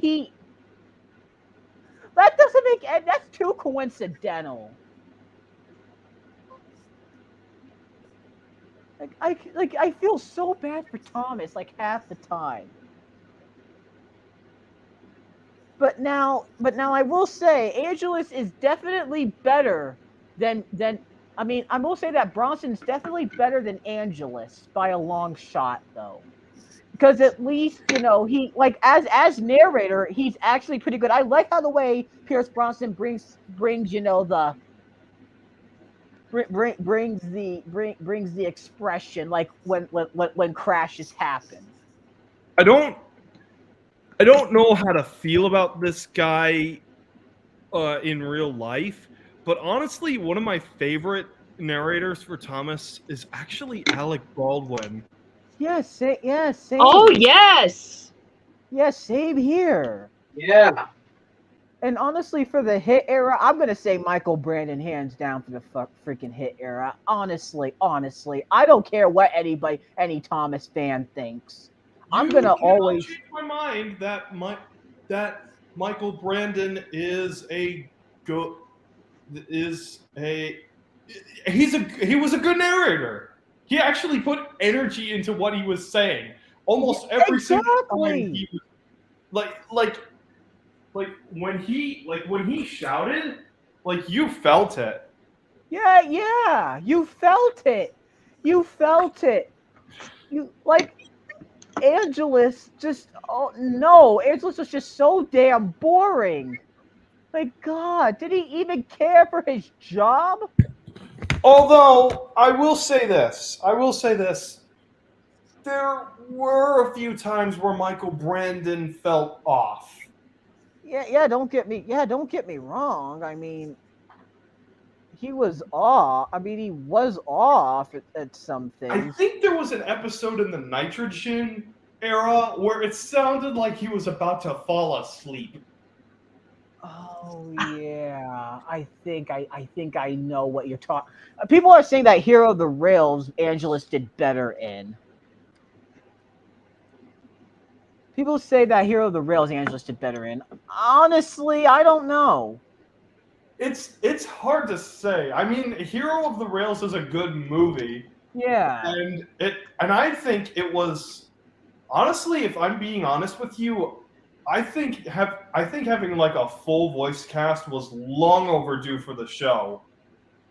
Yeah, I honestly, as we know from watching the 12th season, as we know from watching it, I think it was probably best that they had a full voice cast because after what we were seeing from the 12th season when it first aired on PBS, and there's no way to sugarcoat it. There's really no way to sugarcoat it. I don't like the 12th season. I mean, it's CGI. Yeah, I do think that the 12th season is definitely the worst out of the hit era because it just looks so bad. It looks They bad. tried, for those of you who don't know, it was the last of the model season. However, for some oddball reason, they went out of they decided to give the characters CGI faces when need be and make all of the people CGI from then on out. Yeah. To be honest, I don't mind. Even back then, I thought that the CGI people looked good. Having CGI faces on the models, however, yeah, oh, it was just not that good. I mean, the pleasant to stories look were at. still. I mean, the season was still good regardless. I mean, the writing was still good. The stories were really good, and the music was still good, and they still had the sound effects and everything. But that animation, But man. the animation was just bad. The animation mixture with the whole real life set. Oh my god! And just with the whole narrator doing it. Oh. When I see animation like that, there's only one way to describe it. Yeah. It's the animators and the modelers trying to have their cake and eat it too. Yeah, it's just that whole set of season 12 was just terrible. I think that it would have been a lot better if they did. In my honest opinion, not only did the sets and animation look very off and at times downright disgusting, I honestly feel that even the writing took a bit of a downgrade. I mean, some of the writing was good. I mean, don't get me wrong, Excellent Emily was pretty good. And honestly, Steady Eddie was actually pretty good. And honestly, Heave-Ho Thomas, because Heave-Ho Thomas was actually the very first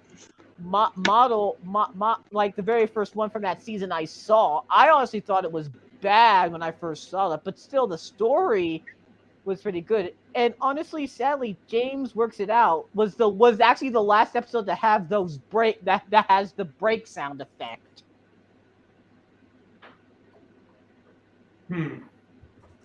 But if I could be brutally honest, I do think that this 12th season not only had wonky animation, but it had a downgrade in writing. Some of the episodes, there are some episodes that I don't even remember. There are some episodes of season 12 that I genuinely found forgettable. Heck, I don't even remember what half of them. I don't even remember what happened in like half of them. Yeah, I will tell you that honestly, I despise Henry Gets It Wrong. Henry Gets It Wrong is so bad. And so is Push Me, Pull You. That was bad. And unfortunately, those two episodes, along with about 2, maybe 3, 4 others, were a bad sign for things to come. Yeah. What other ones? Honestly, I didn't care for the freaking surprise party episode. Oh my god, that was terrible. Like, that was actually the last episode for our country. For the UK, it was Best Friends. But for our country, for PBS, it was the surprise party. And honestly, that has to be the worst episode to end off the model era, the whole model era in general. The whole hit model era, Shepperton Studios in general. Like, God. Oh, like, dude. You wasted all that time for a surprise party, Fearless Freddy. You wasted all that time. Like, really, Fearless Freddy? I'm looking at Push Me, Pull You at the moment, and I'm like, oh my god. I'm like, what made it so bad? And I'm like, oh, now I remember. It's the episode that nearly killed the characters of Scarloey and Rheneas. Yes, it did. It killed Scarloey. Like, it made Scarloey completely out of his character. And Rheneas, too. And I'm like, dude. My god, it's terrible. Honestly, to be honest, I'm actually going to say this right now. If you can believe it, there's only one single episode of season 12 that I genuinely remember. Thomas puts his brakes on. Oh Oh my god. I mean, it was fine, but looking at it, I'm like, I mean, honestly, I don't know. I'm mediocre to that because honestly, I like how the way Michael Brandon brings his expression, but just, oh my god, it just still, those breaks were so loud. I feel like it was kind of pointless too, a little bit, if you ask me. Like some parts of that episode I felt were just pointless. Just looking at it again.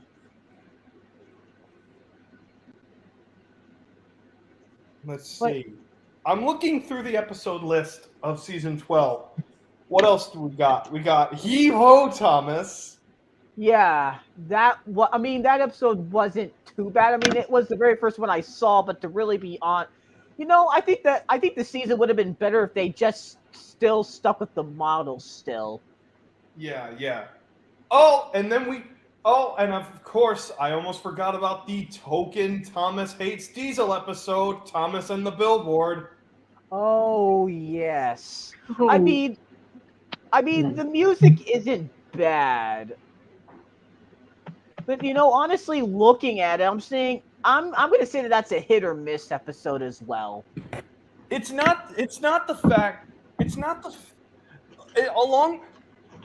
reason as to why I don't like Thomas and the Billboard is, well, along with Thomas being uncharacteristically mean towards Diesel, it's a plot. Thomas not liking Diesel is a plot that we've seen so many times before and done better. Yeah. And honestly, he's also wasting the engine. He also is wasting the engines this time. You got to think about that. He's wasting the engines this time. Yeah.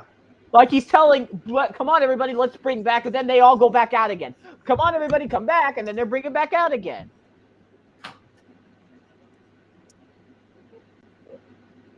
Like, it's rare for me to see. Like, look, I know that Thomas is supposed to be cheeky and a little sneaky.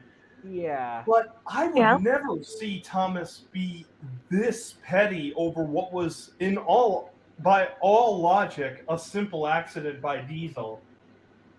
Yeah, I know. Well, actually, it was the photographer's fault. Because he told Diesel to move up. Oh, yeah. Just honestly, but now you got to ask yourself this. Now here's one more question you got to ask.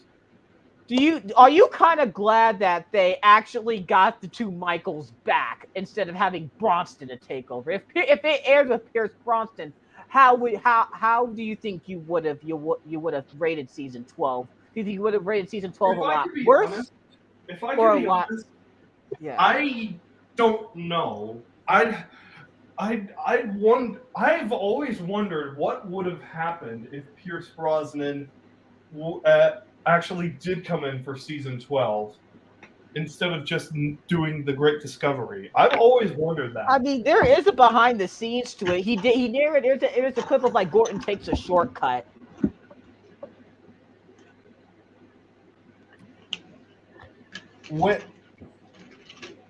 Let's see. What other? Okay. What did you think of the episode Mountain Marvel? When I first saw it on PBS, honestly, watching it again, I'm like, I don't know. I thought it was another hit or miss episode too. I thought it was kind of a little bit bad as well, but good at the same time. But So there you have it, folks. To say that season 12 was a mixed bag would be a bit of an understatement. I mean, to be honest, I still like it because they still had sound effects. They actually brought back a lot of good characters in that season as well, and gave them roles. You mean like Peter Sam? Yeah, they brought back. I mean, Peter Sam. I think Peter Sam was, in Engines in it. Remember, he was in the the narrow gauge episodes of season 11. Yeah, and I think this season started to put more of an emphasis on Edward. Yeah. Too bad for guys like Scarloy and Rheneas,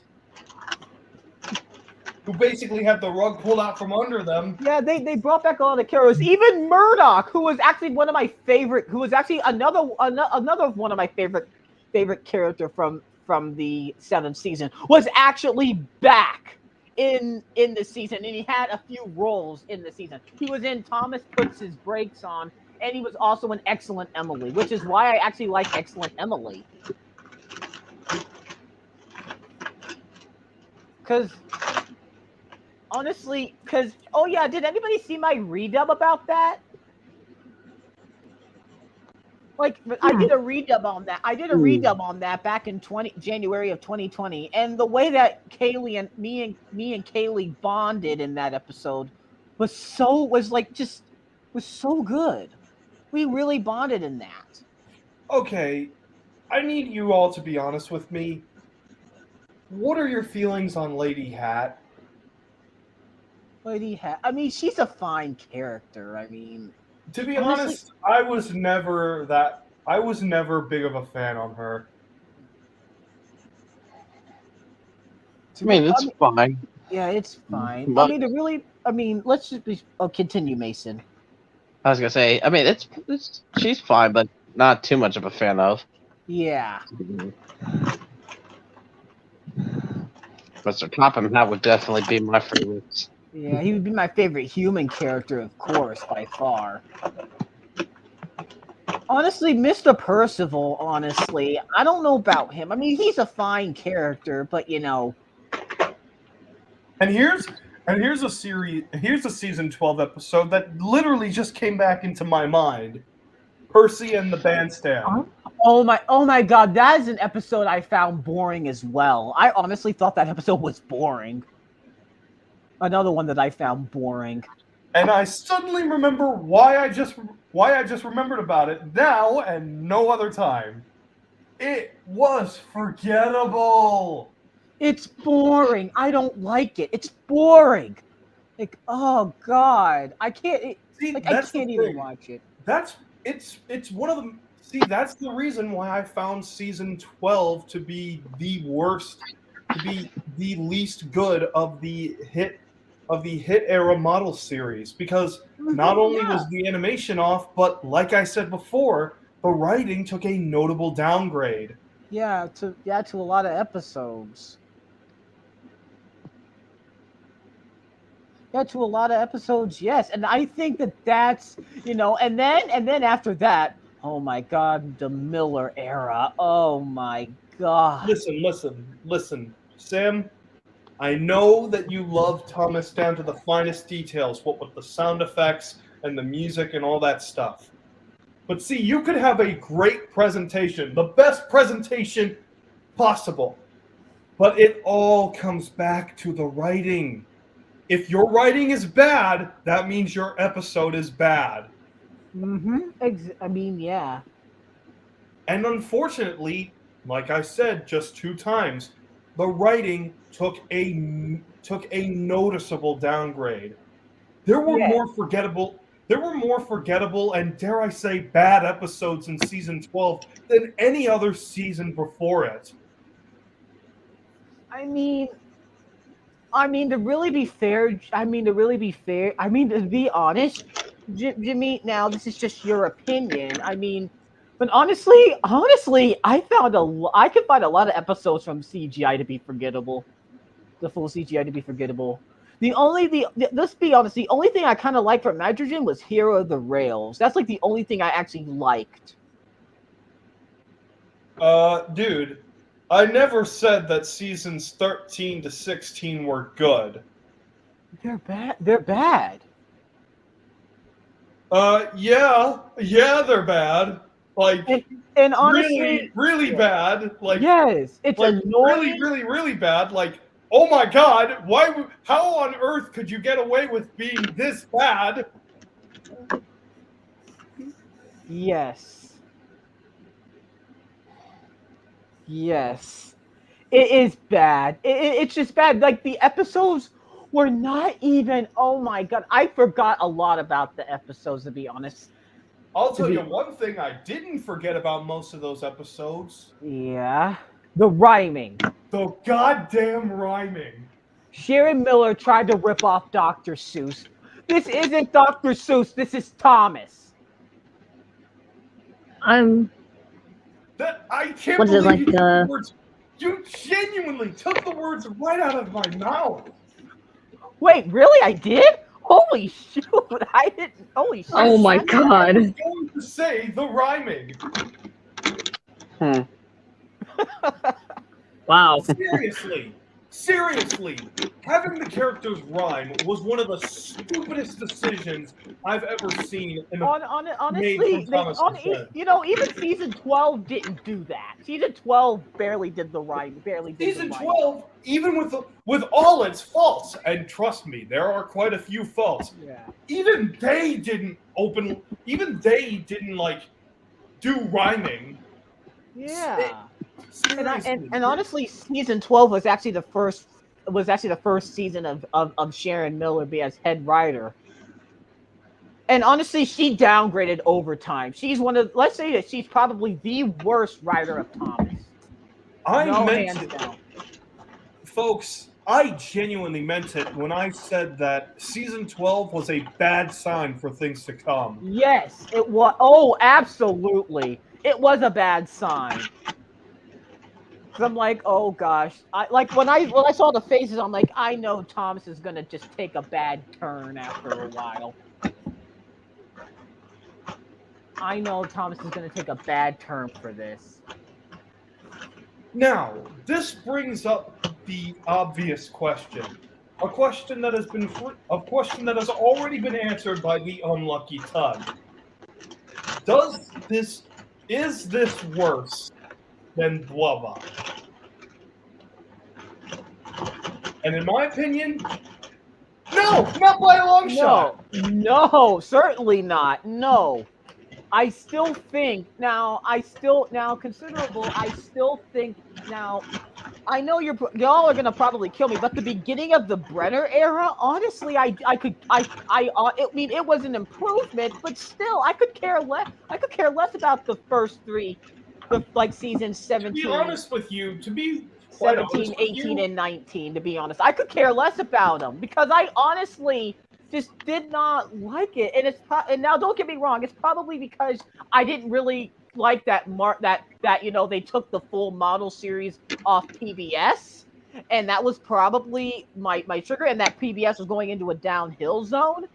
But still though, we were not keep this in mind, folks. By this point, Barney was officially off the air, and we didn't really. And the shows that they were putting out were, well, let's say lackluster. Yeah. Except for Pig Plus Cat. That was a good show. Honestly, I don't like that show. I'm decent to that show, and I don't particularly care for it either, honestly. I'm sorry, I don't. All right, that's your opinion. To be honest, I like Odd Squad. I think Odd Squad's better than Plague Plus Cat, honestly. That's shocking because I could never get into that show. Honestly, I found it too, well, odd. Odd? Yeah. Yeah, and honestly, it's like I mentioned. I think that 2013 October of that year was actually the day that PBS Kids just died. You mean that revamp on October 7th, 2017? I mean 2013. Yes, PBS died that day. PBS Kids just died that day completely. Because as of that, there was no more Electric Company. There was no more Electric Company, which I actually love. Yeah. Now that I think about it, there was no PBS more Word Kids World. Go did. Yes, Go. Yes, PBS Kids Go ended that year. There's no more PBS Kids Go. No more PBS Kids Preschool Block. There was no more Postcards from Buster. No more Electric Company. No more Word World. No more Between the Lions at the time. No more Clifford the Big Red Dog for about the- 6 years. Yeah, and especially and especially which I like to say no more modeled airings of Thomas and Friends. And most damagingly, and you might not think this way, but from a statistical level and from a ratings level, it really did sting. No more Barney. Yeah, actually, there was no more Barney that year. Yeah, we could just say that October 2013 was probably the worst thing the worst decision that PBS ever made. To get rid of so many shows, including Barney, all in just one fell swoop, Yes. as well as eradicating any and all reruns of stuff like Dragonfly and Zoom and other stuff like that, and Fetch with Ruff Ruffman. Yes. All that gone in one fell Dragon swoop. Tales, yeah. Just blew my brain to pieces. Yes, like honestly, when I first saw the Brenner era and then not seeing any more modeled airings, I'm like, man, what do they do to the models of Thomas? There's no more modeled Thomas anymore. Like, man, this stinks. Like when I first saw it, I was like, no, this stinks, man. Like I enjoyed watching the modeled seasons of Thomas. I really did, and I thought, and honestly, I'm gonna say anything modeled Thomas is better than CGI hands down. Honestly, I don't know how you guys felt about this show, but I think they also stopped airing Angelina Ballerina: The Next Steps. Oh yeah, Oh yeah. I remember that show. I don't care for the Angelina, of course, but it was still bad. Like, can we just say that it's like actually. I was actually in a call with Maddie one time and actually asking Maddie about all this. And actually, she said that Daniel Tiger was the red flag that everything was going to go downhill. Yeah. Especially when they got rid of. She's right. And she was When they right. got rid of Mr. Rogers. That was ridiculous. To put it simply, folks, I kind of have a bone to pick with Daniel Tiger's Neighborhood. But I'm not going to go into that here. I'd rather reserve it for its own video. Yeah, for another time. So I think I'm probably, and you're right, Jimmy. You said you're really good at Thomas. You should do a presentation, Jimmy. Thank you for that suggestion. I'm probably gonna. That's what I'm actually currently doing right now. That's why I'm doing this whole thing with we're watching the PBS airings of Thomas. Maybe I should do a whole thing where I do like a streak. Like I should watch the whole streak. And just do a whole streak where we watch, the 30-minute airings of starting from sound and all that. But I'm just handpicking episodes right now. Let's really think about this. 2013, in my opinion, was one of PBS Kids' worst years to date. Oh, absolutely! Let's give Jimmy a round of applause for that. Woo! Yeah. You took the word right out of my mouth. Okay. You took the word right out of my mouth. Yeah. Coincidentally, y'all took some words out of each other's mouths. It's not the fact that it's not the new show, and the reason why it was one of the worst had almost nothing to do with the new shows. In fact, like I said before, I actually personally liked Peg Plus Cat. It had a genuine Sesame Street feel to it. And no, it's not just because that the sound effects guy was Dick Maitland, who is the sound effects guy at Sesame Street. Yes. This show gave me a Sesame Street feel, and I love when shows do that because Sesame Street is my favorite show of all time. Yeah. Oh yeah, Sesame Street. I'm going on. We by this time. Let's put this into perspective. By the time this change was made, Kevin Clash had already departed from Sesame Street. And yeah. Oh man, the show has not been the same since.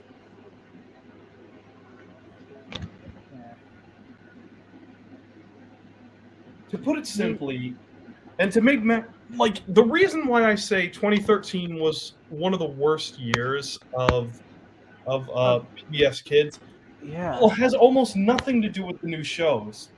It's the fact that they absolutely gutted their former programming library. Oh my god, yeah, they did. They gutted. They like gutted it. They did, Jimmy. You're right. I mean, you're right, Jimmy. They did. They gutted their library. Like honestly, they completely kind of just took everything out.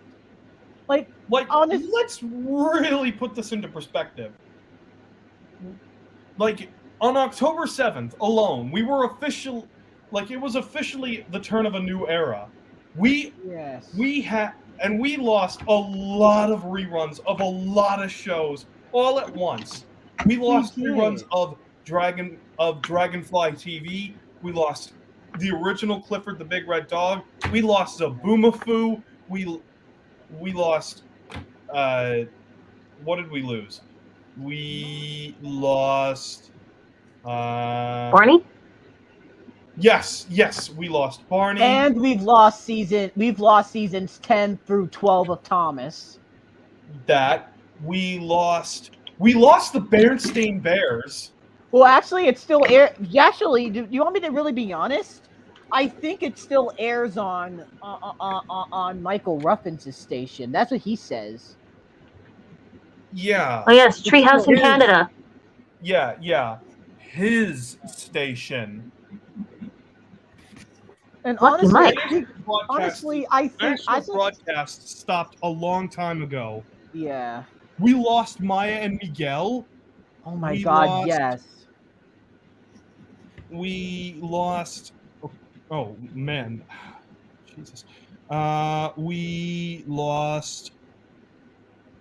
What did we lose? What else did we lose? I'm looking through this, and we lost Between the Lions, like Mason said. Yeah, we did, but I think they stopped it on my station, beforehand.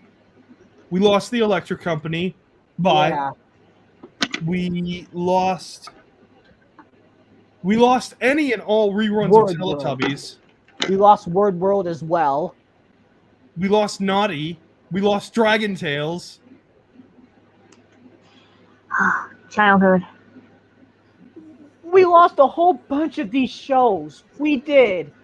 We lost them, and honestly, I feel really ashamed. I feel really ashamed because to be honest, I have WTVI Charlotte.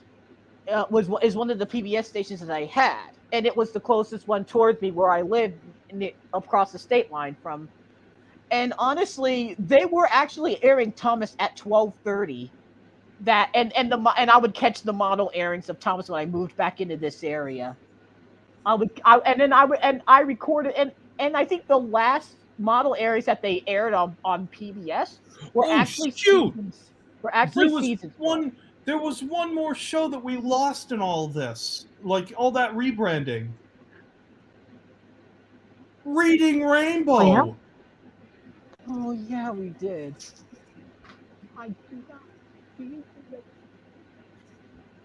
And let's be real here. Honestly, Thomas should have not had a permanent home for PBS, honestly. Like, Thomas should have not been, on a weekday should have not had a funding. Like, let's really think about this. On October 7th, along with Peg Plus Cat, this was the list of regular shows that we had. We had Sesame Street. We still had Arthur, shockingly. Yeah. We had the Wildcrats. We had we were about to get the Odd Squad. We had Daniel Tiger's Neighborhood. We had Martha Speaks, Sid the Science Kid, Dinosaur Train. Yeah, but then Martha Speaks stopped like about a year or two later, and I was like, man. We surprisingly kept The Cat in the Hat knows a lot about that. Yeah. Yeah. I mean, Daniel Tiger is like a Mr. Rogers character. Of course he would have his own show. Yeah, but I think we can all agree that Mr. Rogers is better. Oh yeah, that's another show that got booted from this rebranding. Well, actually, I think one of the stations, I think ETV, I think that they still aired Mr. Rogers for a little bit, but I don't know. That's the thing. That's the thing. I think a lot of these shows should have not had their own fun. Like I think, when it came down to Tom, especially Thomas should have not had should have not had his own funding for, Thomas should have not had its own funding because honestly, let's be really real here. A lot of the a lot like to really be fair, it took out a lot of the goodness and the great nostalgia of what the purpose of Thomas was supposed to be. Because you're gonna get kids. Look, and then the thing is, if you were to fully move to CGI, you're gonna be playing stuff from Miller and onward.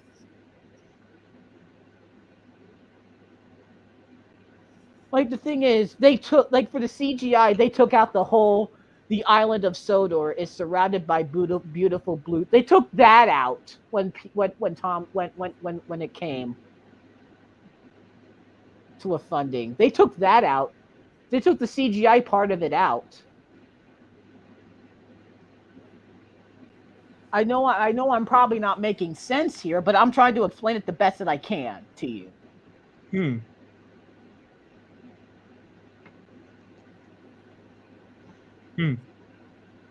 And honestly, to really be fair, I don't care. I mean, Mark Morgan isn't, he's not bad. I just am not nostalgic for him. I'm not nostalgic for him. I wasn't nostalgic for him. I honestly still preferred Brandon better than him, honestly.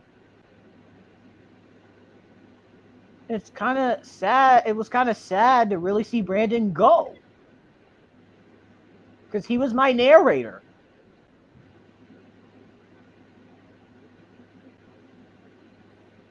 It was just sad to see him go. Well, I'm pretty sure it is how it is. Yeah, of course, Kirsten. It's how it is.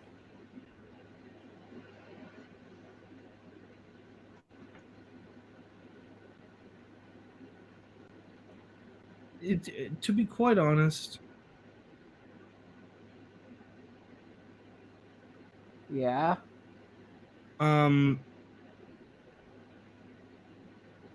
I know I'm probably just, overreacting because, I'm a Thomas fan, and it's my favorite show of all time, and of course I'm going to choose the model series over anything,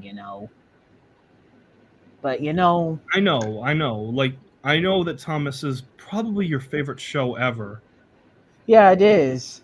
Yeah, it is. The reason why I talked about AJ for a while is because people kept spamming it on me. They're saying, do something more with Animal Jam. But no, that's not my favorite show. Thomas is.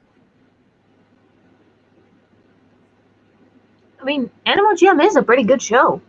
Yeah, it is. It is a pretty good show. That's pretty much why I'm adding... Mm-hmm. Oh. Yeah, of course, Kirsten. It is a pretty good show. But what I'm actually not going to do about Thomas is, what? I'm not going to go, past Bubba because I don't want to get a few of you offended. The funny thing is that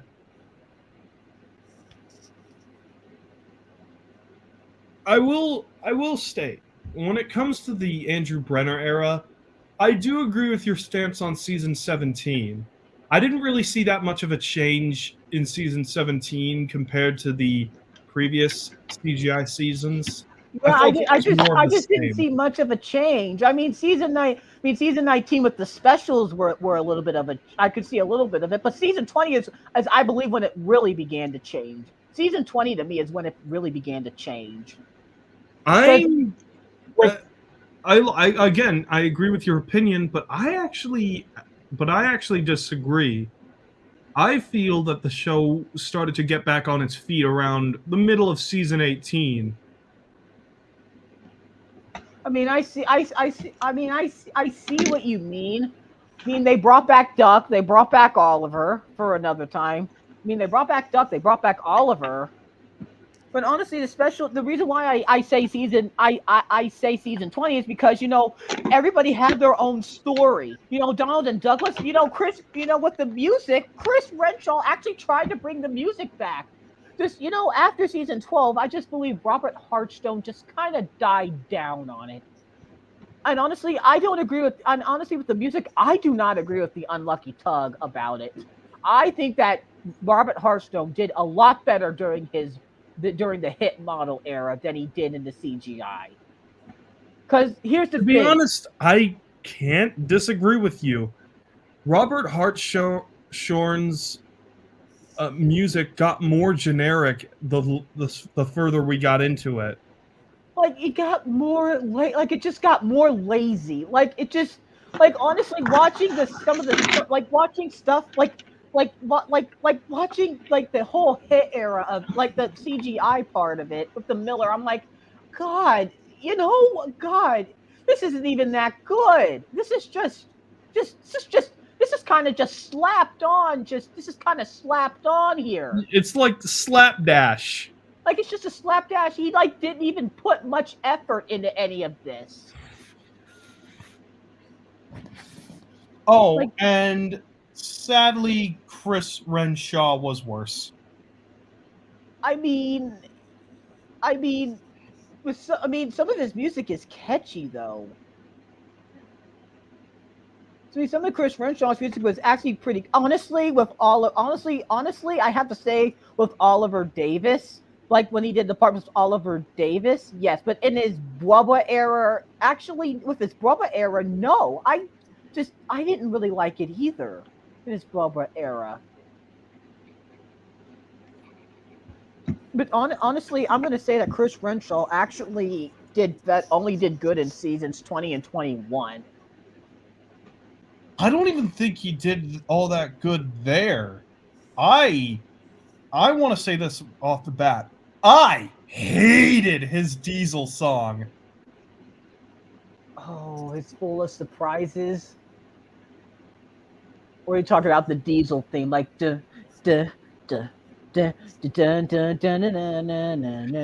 that song sucks. I mean, it's pretty catchy, honestly. Honestly, it's pretty catchy. I hated it because of the instruments that he used. What did he use? Let me tell you something. There's a time and a place for a marimba, and that was not the time or place. Yeah. But don't get me wrong. Robert Hartstone actually did, honestly, in some episodes, I don't know if you saw the video where I made a video about, the Edward and Charlie race theme during Robert Hartstone's CGI composition. I honestly found that to be a little decent. It's not great. It's like one of those things. I'm gonna say it's like the Wiggles to me. Like I like their music, but it's like what I said, but I don't consider it likable. And I like the music is good, but I don't consider it likable. It's like what I said about the Wiggles. Their music is really catchy, but I don't consider them likable because of some of the acting that they've done.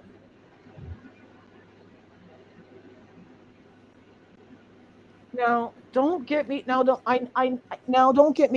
Now, don't get me wrong, guys. I mean, you guys are entitled to your own opinions. Yes. And you have yours. But hey, Kirsten, you like the Wiggles, and that's fine. That's fine. I'm not saying that you don't have to like them. Well, yeah, especially like the Wiggles with the new female Wiggles, Sahai Hawkins. Honestly, looking at Sahai, honestly, she's actually not that bad. And honestly, I prefer Sam and Sahai as the best yellow Wiggles, honestly. I even like them both better than Greg, honestly. I'm sorry to tell you. That's your opinion, dude. That's your opinion. But just know that Greg will always. That is perfectly fine. I mean, I'm not a real big fan of the Wiggles, but you know. Yeah, that was But established pretty early but on. honestly, hands down. But I will say, I think we can all agree which composers are the best of Thomas, and that is none other than Mike O'Donnell and Junior Campbell. They are the best Thomas composers ever, hands down. Pretty much. I personally prefer their 80s music as opposed to their 90s music. I like both. I like both. I like them both the same. I genuinely prefer the more synth sounds of the 80s than I do of the the 90s. of the Roland and the Proteus. Just them using the EMU Proteus 2.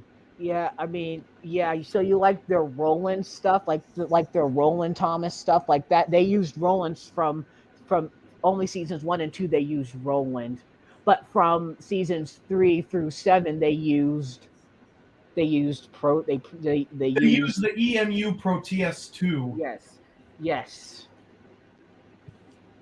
And to be quite honest, I think that was a bad idea. Because in my opinion, I actually prefer the EMU Proteus 1. Yeah, honestly, I think they used that in season 5, didn't they? They used that in seasons 3 through 5, haven't they? Dude, you gotta understand. Everybody was using the EMU Proteus 2 around that time. Oh my, yeah, actually, you're right. Everybody was. And I think Animal Jam even used it. Didn't they? I think Animal Jam used the EMU Proteus. And honestly, Michael and Patty Silvershire did a good job using it.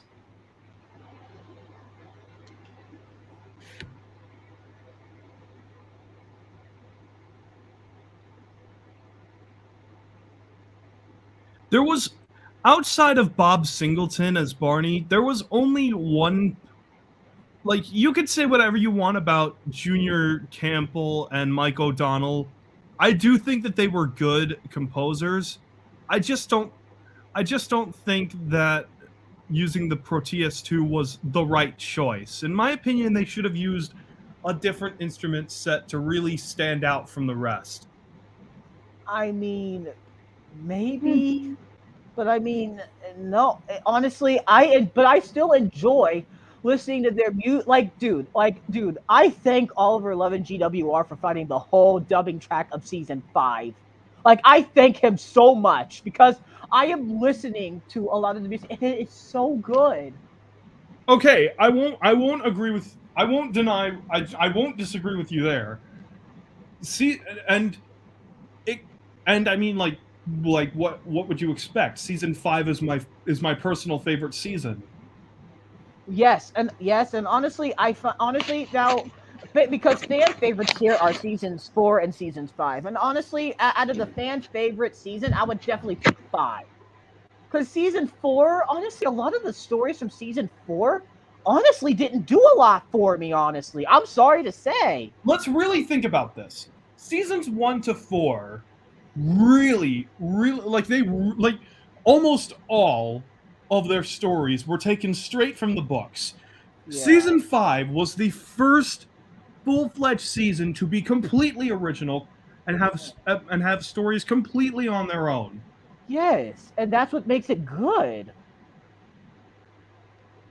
And another thing that makes it good is the fact that Britt Allcroft came back as an executive producer and was like very hands-on season 5. Yeah. But honestly, out of the worst classic seasons, I'm going to say seasons 4 and 6 I don't particularly like, because season 4 I didn't really not much from season 4. A lot of stories from season 4 didn't do a lot for me, but I feel like a lot of season 6 was kind of reused audio. Now, although I will say this.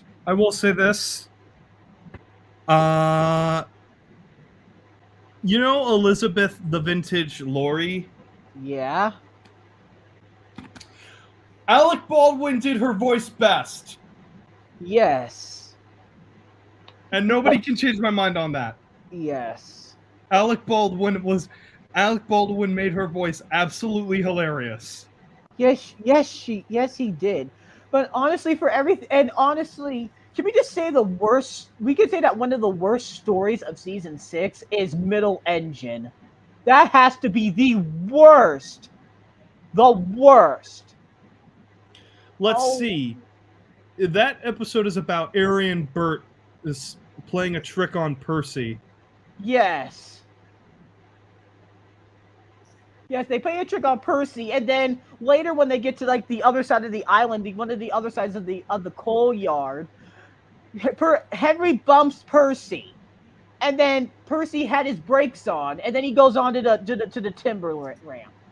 And then And just later, to make things even harder for Percy, James comes in near the end. Yes. Yes, and then everybody says it was Percy's fault. It's not Percy's fault. Dude, this is not like the witchcraft.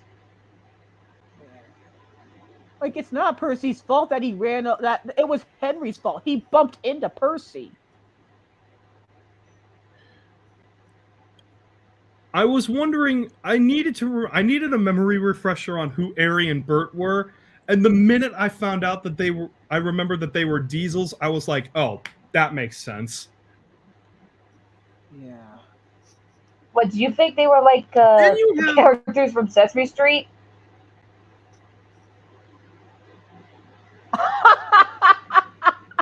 You're making me laugh.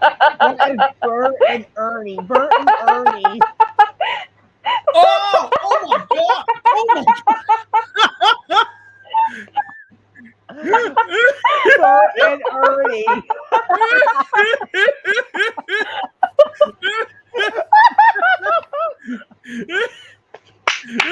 Yes.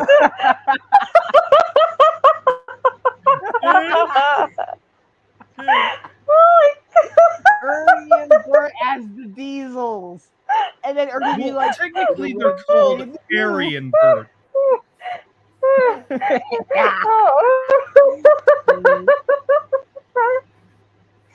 Oh god! I think I just cracked another joke.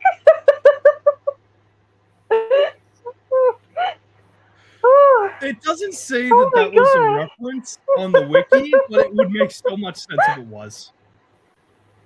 Oh my god!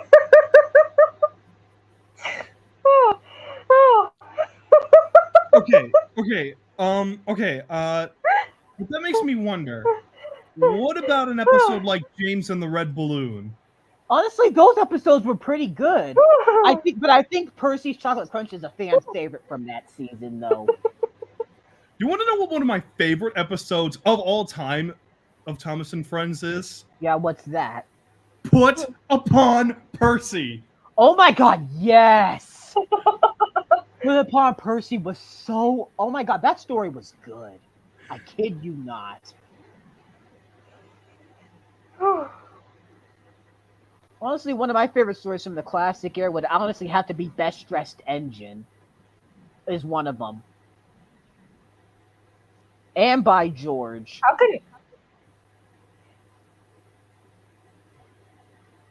could trains get dressed? They're trains.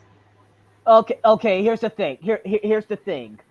Okay. Oh, but now it's not what you think. They didn't get dressed. If you were to watch the episode, you would understand. Like they get. Okay, I can't really spoil it for you, but in the episode, they decide to have like a contest for like May Day, which they have in the Northern Hemisphere. They have it in the UK, and then they decide to get dressed. They decide to have like a best dressed engine competition in the season, and then if you watch the episode, you'd understand. Oh, okay. Another one of my personal favorite episodes of season 5 is Duncan Gets Spooked. Oh my god, yes. That's a good episode. That's a good episode too. Also, I don't normally do this, but I gotta give massive props to Alec Baldwin for actually giving Duncan a Cockney accent. Oh my god, you're right. But in season 6, he gave him more of a gruff accent, which is honestly kind of weird. Still, for this episode, good on you, Alec. Fancy not securing your Yes. freight cars on a hill. They'll It's come a- back to spook you and your freight cars. Woo! Woo! And who's to say you're not afraid of ghosts? Said Russ. Ghosts, things that go bump in the night, rubbish. It's the ghost. Take me back. Take me back, please. One of Alex's best lines for Duncan.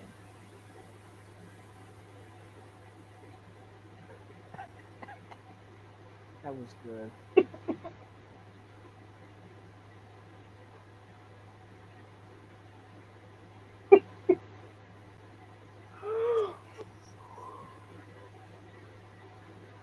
Okay, what are some of your favorite episodes from the hit era? I don't remember. yeah, I will say this. Season 5, like, if it wasn't for, like, if they didn't have season 5, we wouldn't have gotten Cranky. Oh my god, you're right. Oh.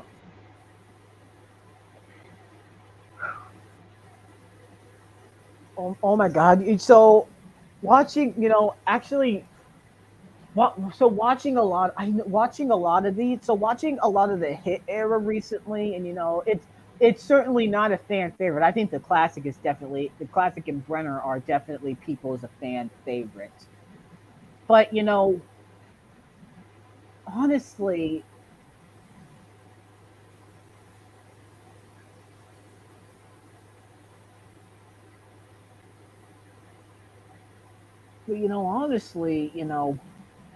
you're to your own opinion. Like I said, you're into your own opinion. But I'm gonna say anything modeled is always gonna be up top notch. But as of I think one of the now I kind of actually like seeing a lot of stuff from seasons 10 and 11, because honestly those in America were actually the rarest seasons, because they were only episodes you could only catch on TV. Because remember, most of season 11 did not come out on DVD, and only half of season 10 didn't. So that's why I kind of like watching them. Don't get me wrong.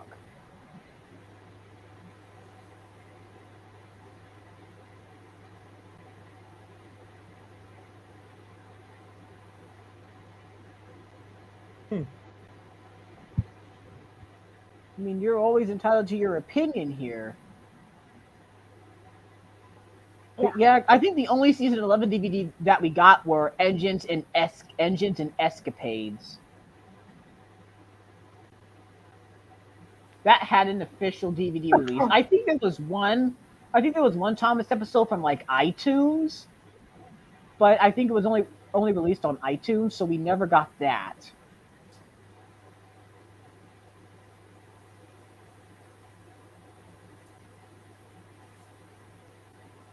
But still, honestly, I'm gonna have to say my favorite celebrity is definitely Ringo Starr, hands down.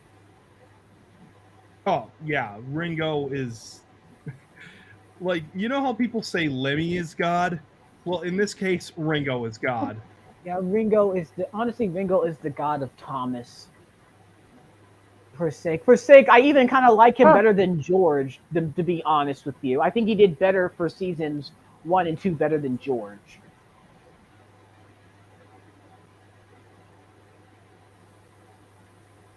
Don't get me wrong.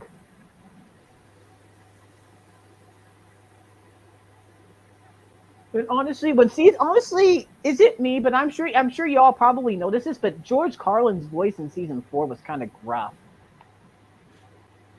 mean, he still did better than Angelus by a long shot. I'm going to say that any of our American narrators were better than Angelus, regardless. I don't care what anybody says.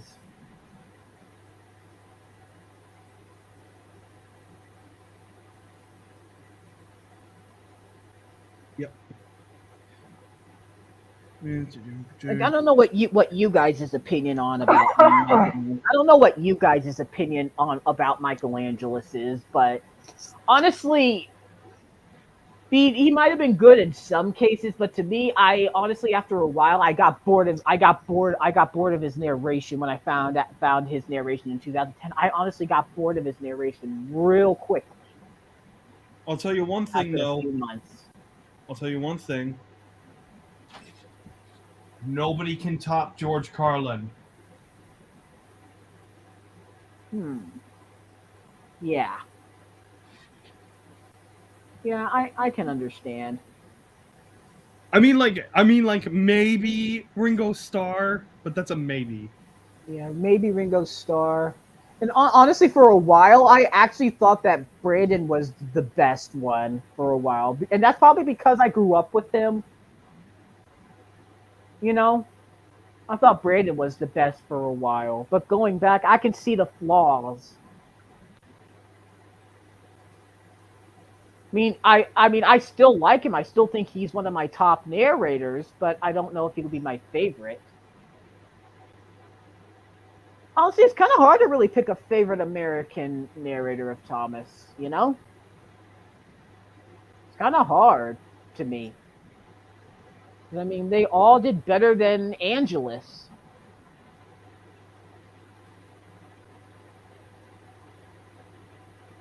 But I think we can all agree, is Angelus really the best narrator of Thomas?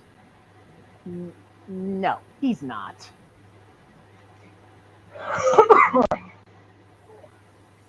He definitely is not.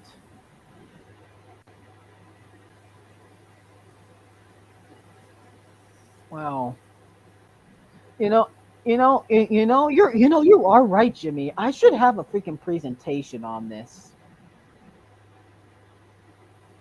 Maybe I should start with, narrators from the hit era. Maybe I should do that. And then I should go off to talking about the specials, the modeled specials. And honestly, I will say this right now. I'm gonna say Calling All Engines is the best one out of the modeled specials. Yeah. Oh man, I'll be right back. Oh, okay. Oh, where did he go? Oh, he probably had to do something.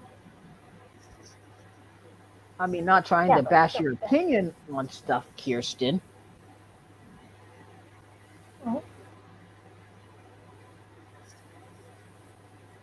Try to say, oh no, your opinion's false. I mean, you're entitled to your own opinion. Yes. Need I say more?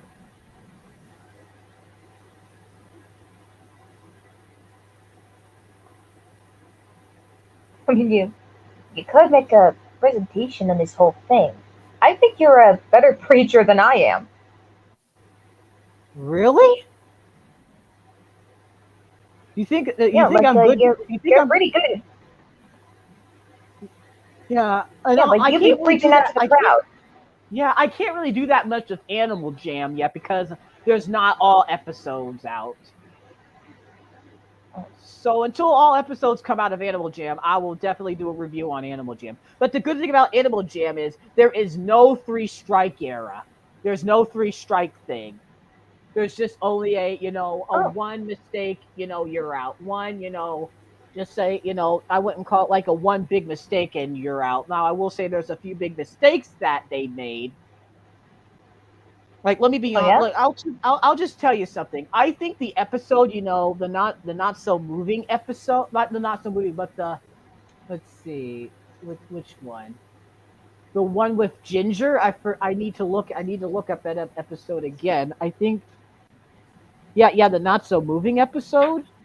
Yeah, that was it. Yeah, honestly, I kind of found that one a little pointless because most of the time they were fighting over a toy.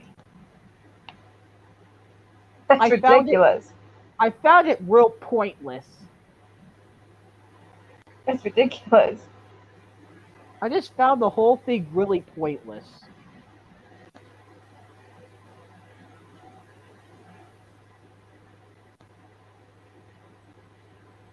Like most of the time, I kind of felt bad for Waffle. Honestly, towards the end, I mean, don't get me wrong, that was a nice Edie line there. But to really be fair, they're fighting over a time about a toy. I mean, still, the music is still great. The music is still great. Don't get me wrong, the music is still great. And then we're talking about the whole thing with the. And then we're talking about another thing with them. The whole sit down episode. The whole take a seat please episode. I mean, the episode was good, but honestly, it was kind of meh. The acting was kind of meh. Let's just be really honest here. It's not the greatest. I mean, it's not really the greatest. It was just kind of boring to some levels. And that wig part, how did you guys feel about the wig part of it? Ugh, man. What do y'all feel about the wig part? Honestly, the wig part was a little bit, meh. Oh, It Mason's wasn't back. really that. Oh, yeah. Oh shoot! Let me get it back in. Yeah. Honestly, the wig part of that Animal Jam episode was kind of pointless. If I say more, it was kind of another pointless thing too in there.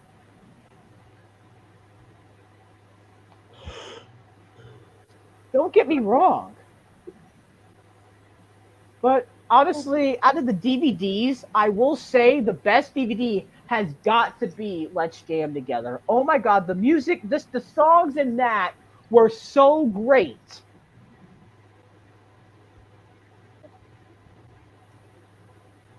And I know what y'all are thinking. You're thinking like, oh well, that's just mean of why. I think the episode 15 was very mean. Like the Battle of the Band episode was very mean because Waffle was very mean towards Edie. He stole the song. Like yes, he did. But to be honest, the songs were pretty good. And don't forget, the majority of the time, they were the funniest part, which is a classic, is that the kids and everybody else. Oh my God, the classic of the whole raspberry. Oh my gosh, that is what just made me laugh.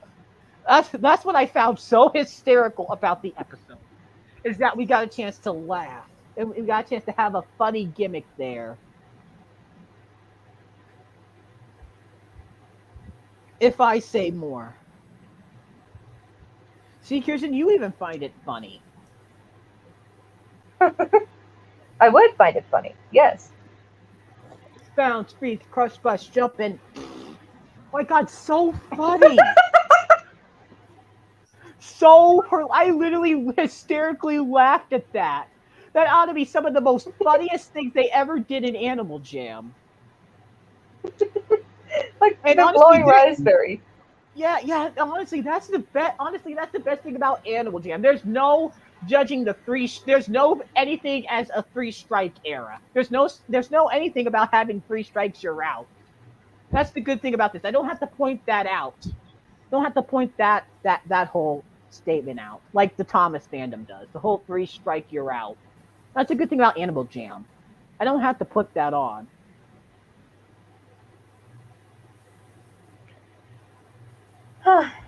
Oh yeah, Jimmy. I was talking about another one of my favorite shows when you came on. So I mean, what are your thoughts? And you too, Mason. I was gonna say, one of my favorite episodes of Animal Jam would have to be the parade episode. To be honest. Oh yeah, I know that episode was so great too. Personally, I think that's probably Steven, Clara, and Giselle's best episode by far right now. That has to be their best episode. Mason, you would have seen it. I just cracked another joke. Oh. What's up? Oh. So, Jimmy, how do you think You're I'm doing on all these opinions?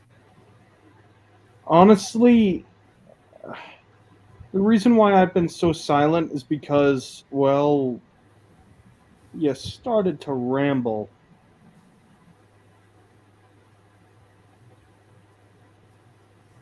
I'm sorry, dude. I was just expressing my opinion on these things. Sorry, dude. I mean, like I said, you're entitled to your own opinion. I mean, I'm fine with you giving your opinions. It's just that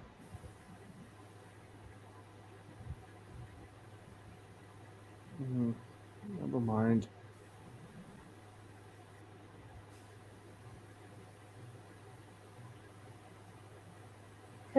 Mason, when they were talking about like a Thomas episode, where I thought they mentioned Bert and Ernie. I thought of Bert and Ernie from Sesame Street. Well, no, I was talking about Bert and Airy. Oh yeah, Bert and Airy. Gotcha. Yeah. That kind of works right there. Yeah, I thought it was a Sesame Street reference. That was funny.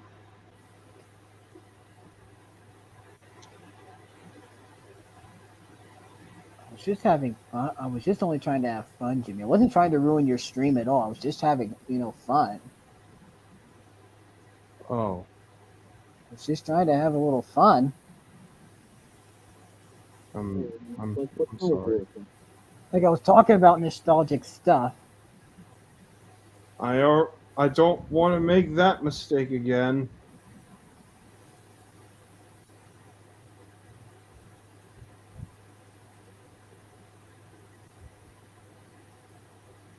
I mean, I already made it once.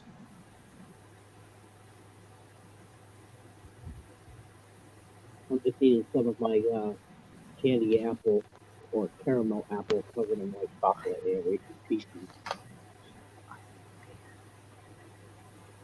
That my theme park made. Maybe we should switch to a different topic. Yeah, let's just switch to a different topic. Like theme parks. Yeah, that's what I was thinking. So, Mason. Mm-hmm. You work at Cedar Point, right? Correct. So, what other theme parks have you been to, and which ones did you like? Cool. Oh, okay. Well, we're in Ohio. I've been to the one, like I said, Cedar Point. There's one. Queens Island, which is down in Mason, Ohio, near the Cincinnati area. That's our sister theme park. That's a pretty good one. Then in the Pennsylvania area, I've been to Kennywood, near Pittsburgh. That was a good one. And I went to Disney World down in Florida, Universal Orlando, and SeaWorld Orlando. And trying to think. Back then, when I was a kid, we used to have a SeaWorld in Ohio. Back then, it was around the Cleveland area. So it was called Jugga Lake. It started out as like a little picnic area, and then it evolved into a theme park. But then in 1970, SeaWorld decided to own half the land of the theme park. And then Six Flags took over in 2000, and then a 3-year deal. And then Cedar Fair took over for a few years and shut it down in 2007, which I knew was coming because they didn't want to be in competition with Cedar Point or Kings Island. So with that being said, I do have a lot of memories from Jugga Lake. I miss all the roller coasters they had, all the fun stuff they used to do before they took it all down and turned it into a home ground for apartments and all that right now. But they're there right now.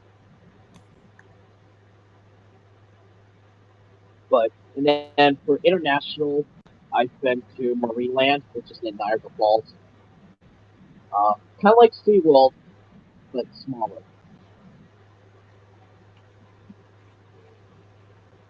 So mostly all the theme parks I've been to in my life.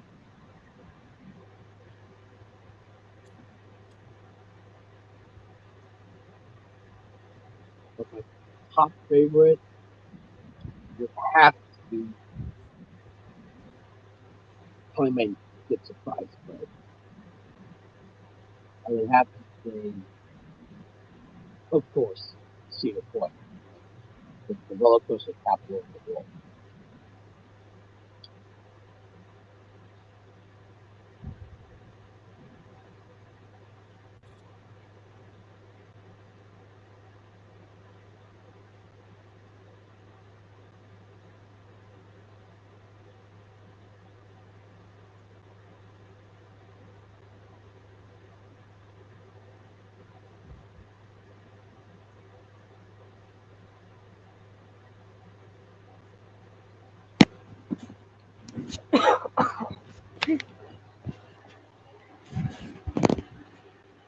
But there used to be some other theme parks in Ohio back then when I wasn't around.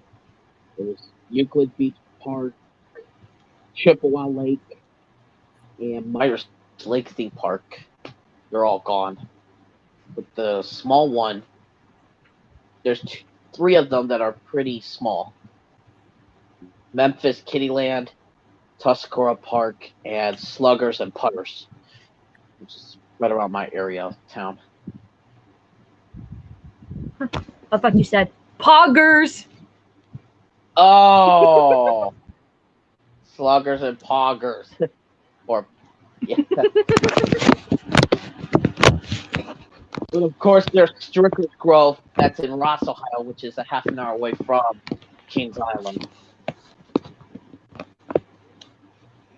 But I think we're going to make a trip there this summer, or Michigan's Adventure, up on the Great Lake Michigan. I don't know.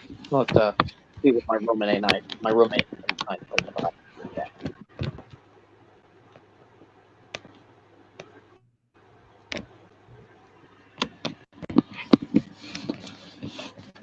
But the theme park I really want to go in the future someday would have to be I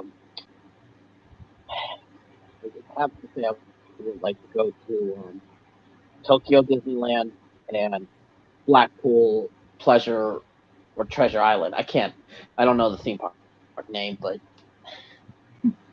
there's a theme park in Blackpool, England. That's pretty interesting, I heard. But I've heard of Alton Towers. That's another good theme park.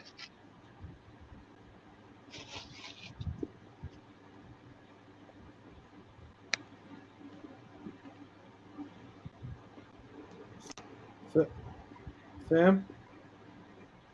His mic's off. He's muted.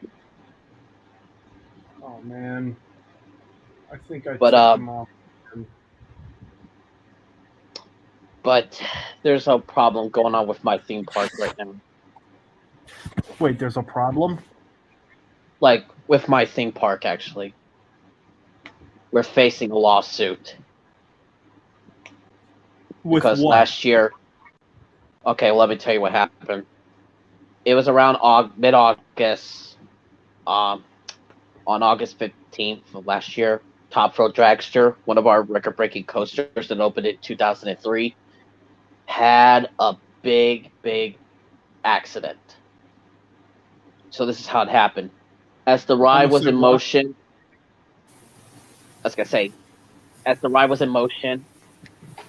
one of the metal pieces of the roller coaster fell off and struck a woman on the back of her head, and it knocked her out for hours. Oh. Yeah. Oh God. Yeah. Eyes gotta hurt. And I was working on that day, and I heard screaming coming from the ride, from the queuing line, as I was working. And I was like... And you heard it. What did you do? I tried to see what was going on, and security was going in to see what happened, and they said a woman got struck in the head by a metal piece from Top Thrill Dragster.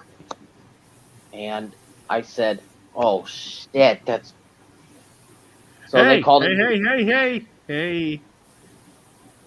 Sorry. This is a different channel, bro. But as I was saying, they called in the EMS to pick her up. And you were like, I bet you were like, oh, this isn't gonna bode well.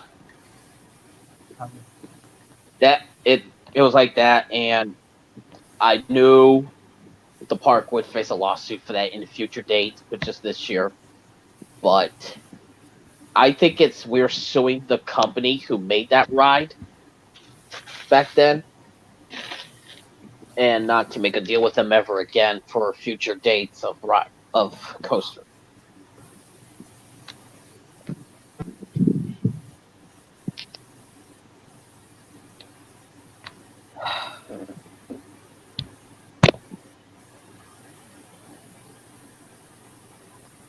But this wasn't the first time a roller coaster incident has happened at Cedar Point. This. There has been plenty of them back in the past. Yeah. Ouch.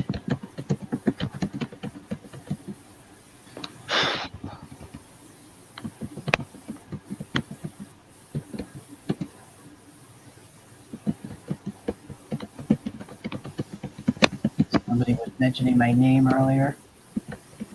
I think that was Jimmy. Yeah, it was Jimmy. Yeah. Hey.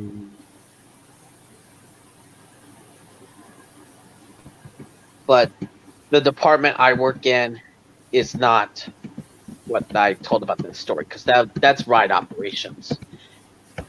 But Ride operations. Okay. Right. But for me, I work in game operations, but I mostly work in the warehouse of games, like putting prizes of box prizes in the back room, so that way they can be opened up, and then that way I can come in the game and stock the game.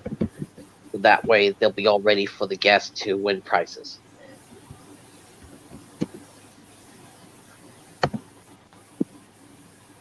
It's a pretty easy job, to be honest. But you got to deal with the hot heat in the summer and the cold days in the fall.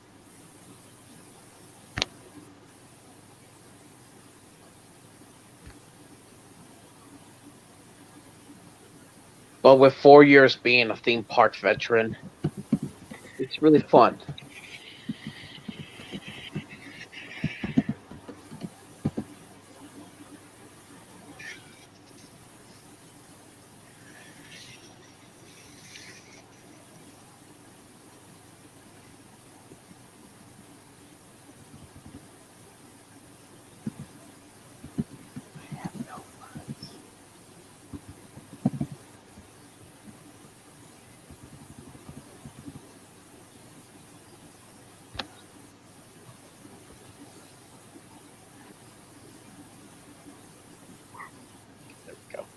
Don't exactly know what to do now, seeing as how it's already been 3 hours. Whoa. It's been 3 hours, dude. Holy cow.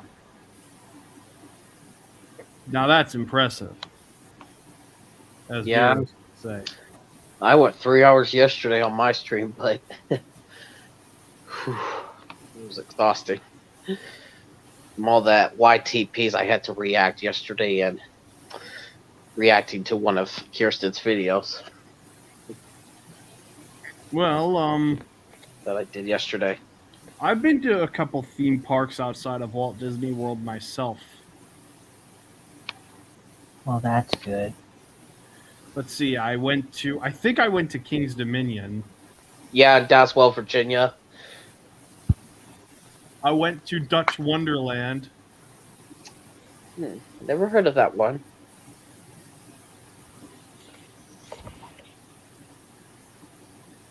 I have gone to Sesame Place twice. In the Philadelphia area, I believe. Ah.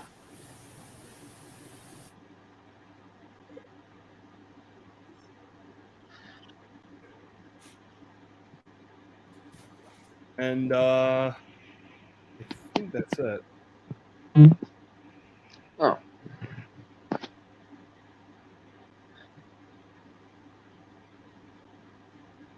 But I've been to some very popular cities, actually.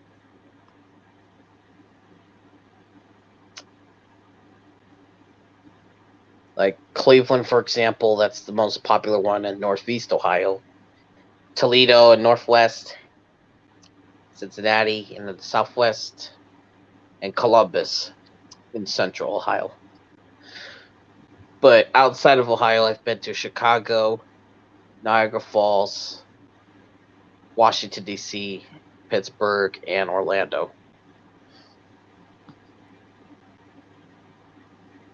And Tampa. I can't forget Tampa.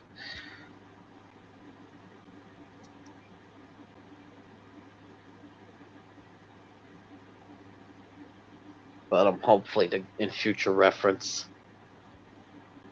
Hopefully, well, depending on the place, but think about going to visit Hollywood, California, or Anaheim to visit.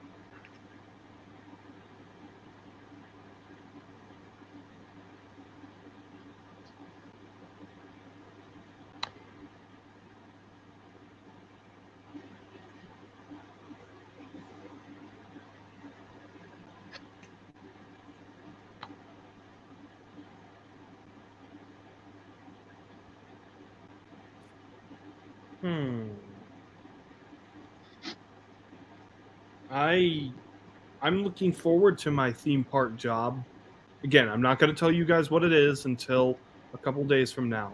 I do plan on doing another live stream once I get the permission of my employer. Understandable.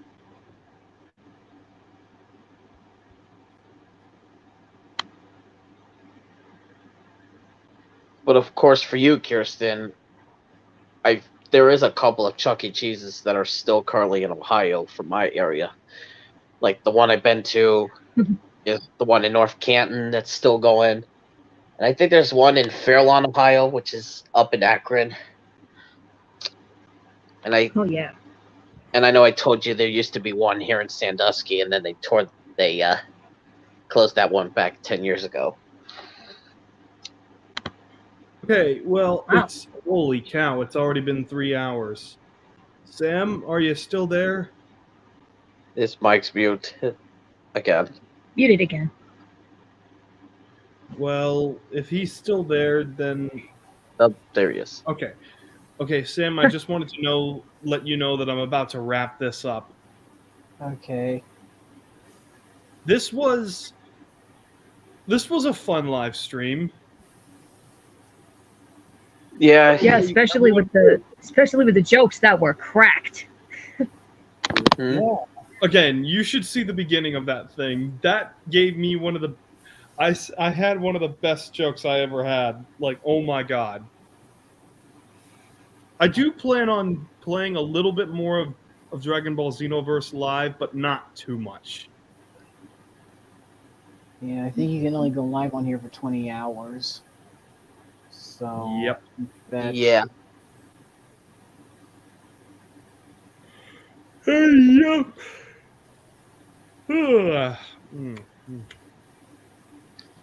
But I mostly And I been going think Jimmy's live. getting tired. Yeah. I think we all are. It's past 10 p.m. here. Same here. Yeah. Yep. Mason, But what's it? Oh, sorry, Mason, Jimmy. Go ahead. To Samuel, I'm glad that we could make amends with our previous squabble. Yeah. Of course. Make amends.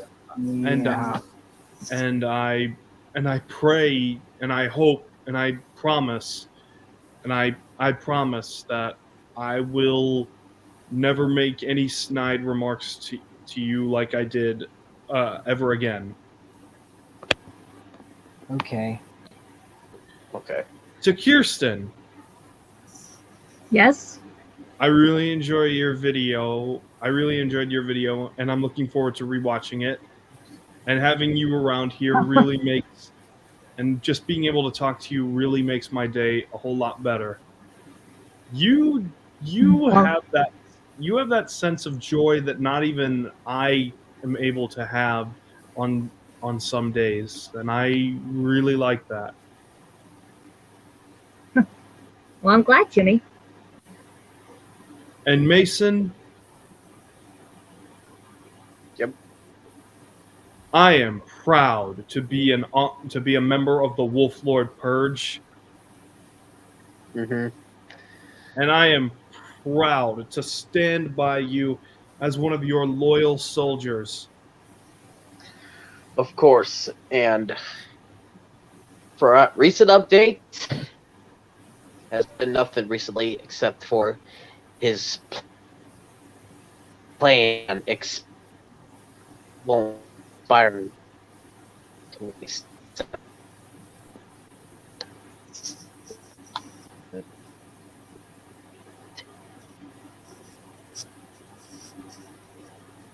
Eh. So, Things happen. Well, that's great that you had me in. yep. And Mason and Kirsten, if you guys ever need help with productions of McGinnis and C. Thaler Industries, I'm your guy. Yeah. Sure, we'll let you know if there's anything we need.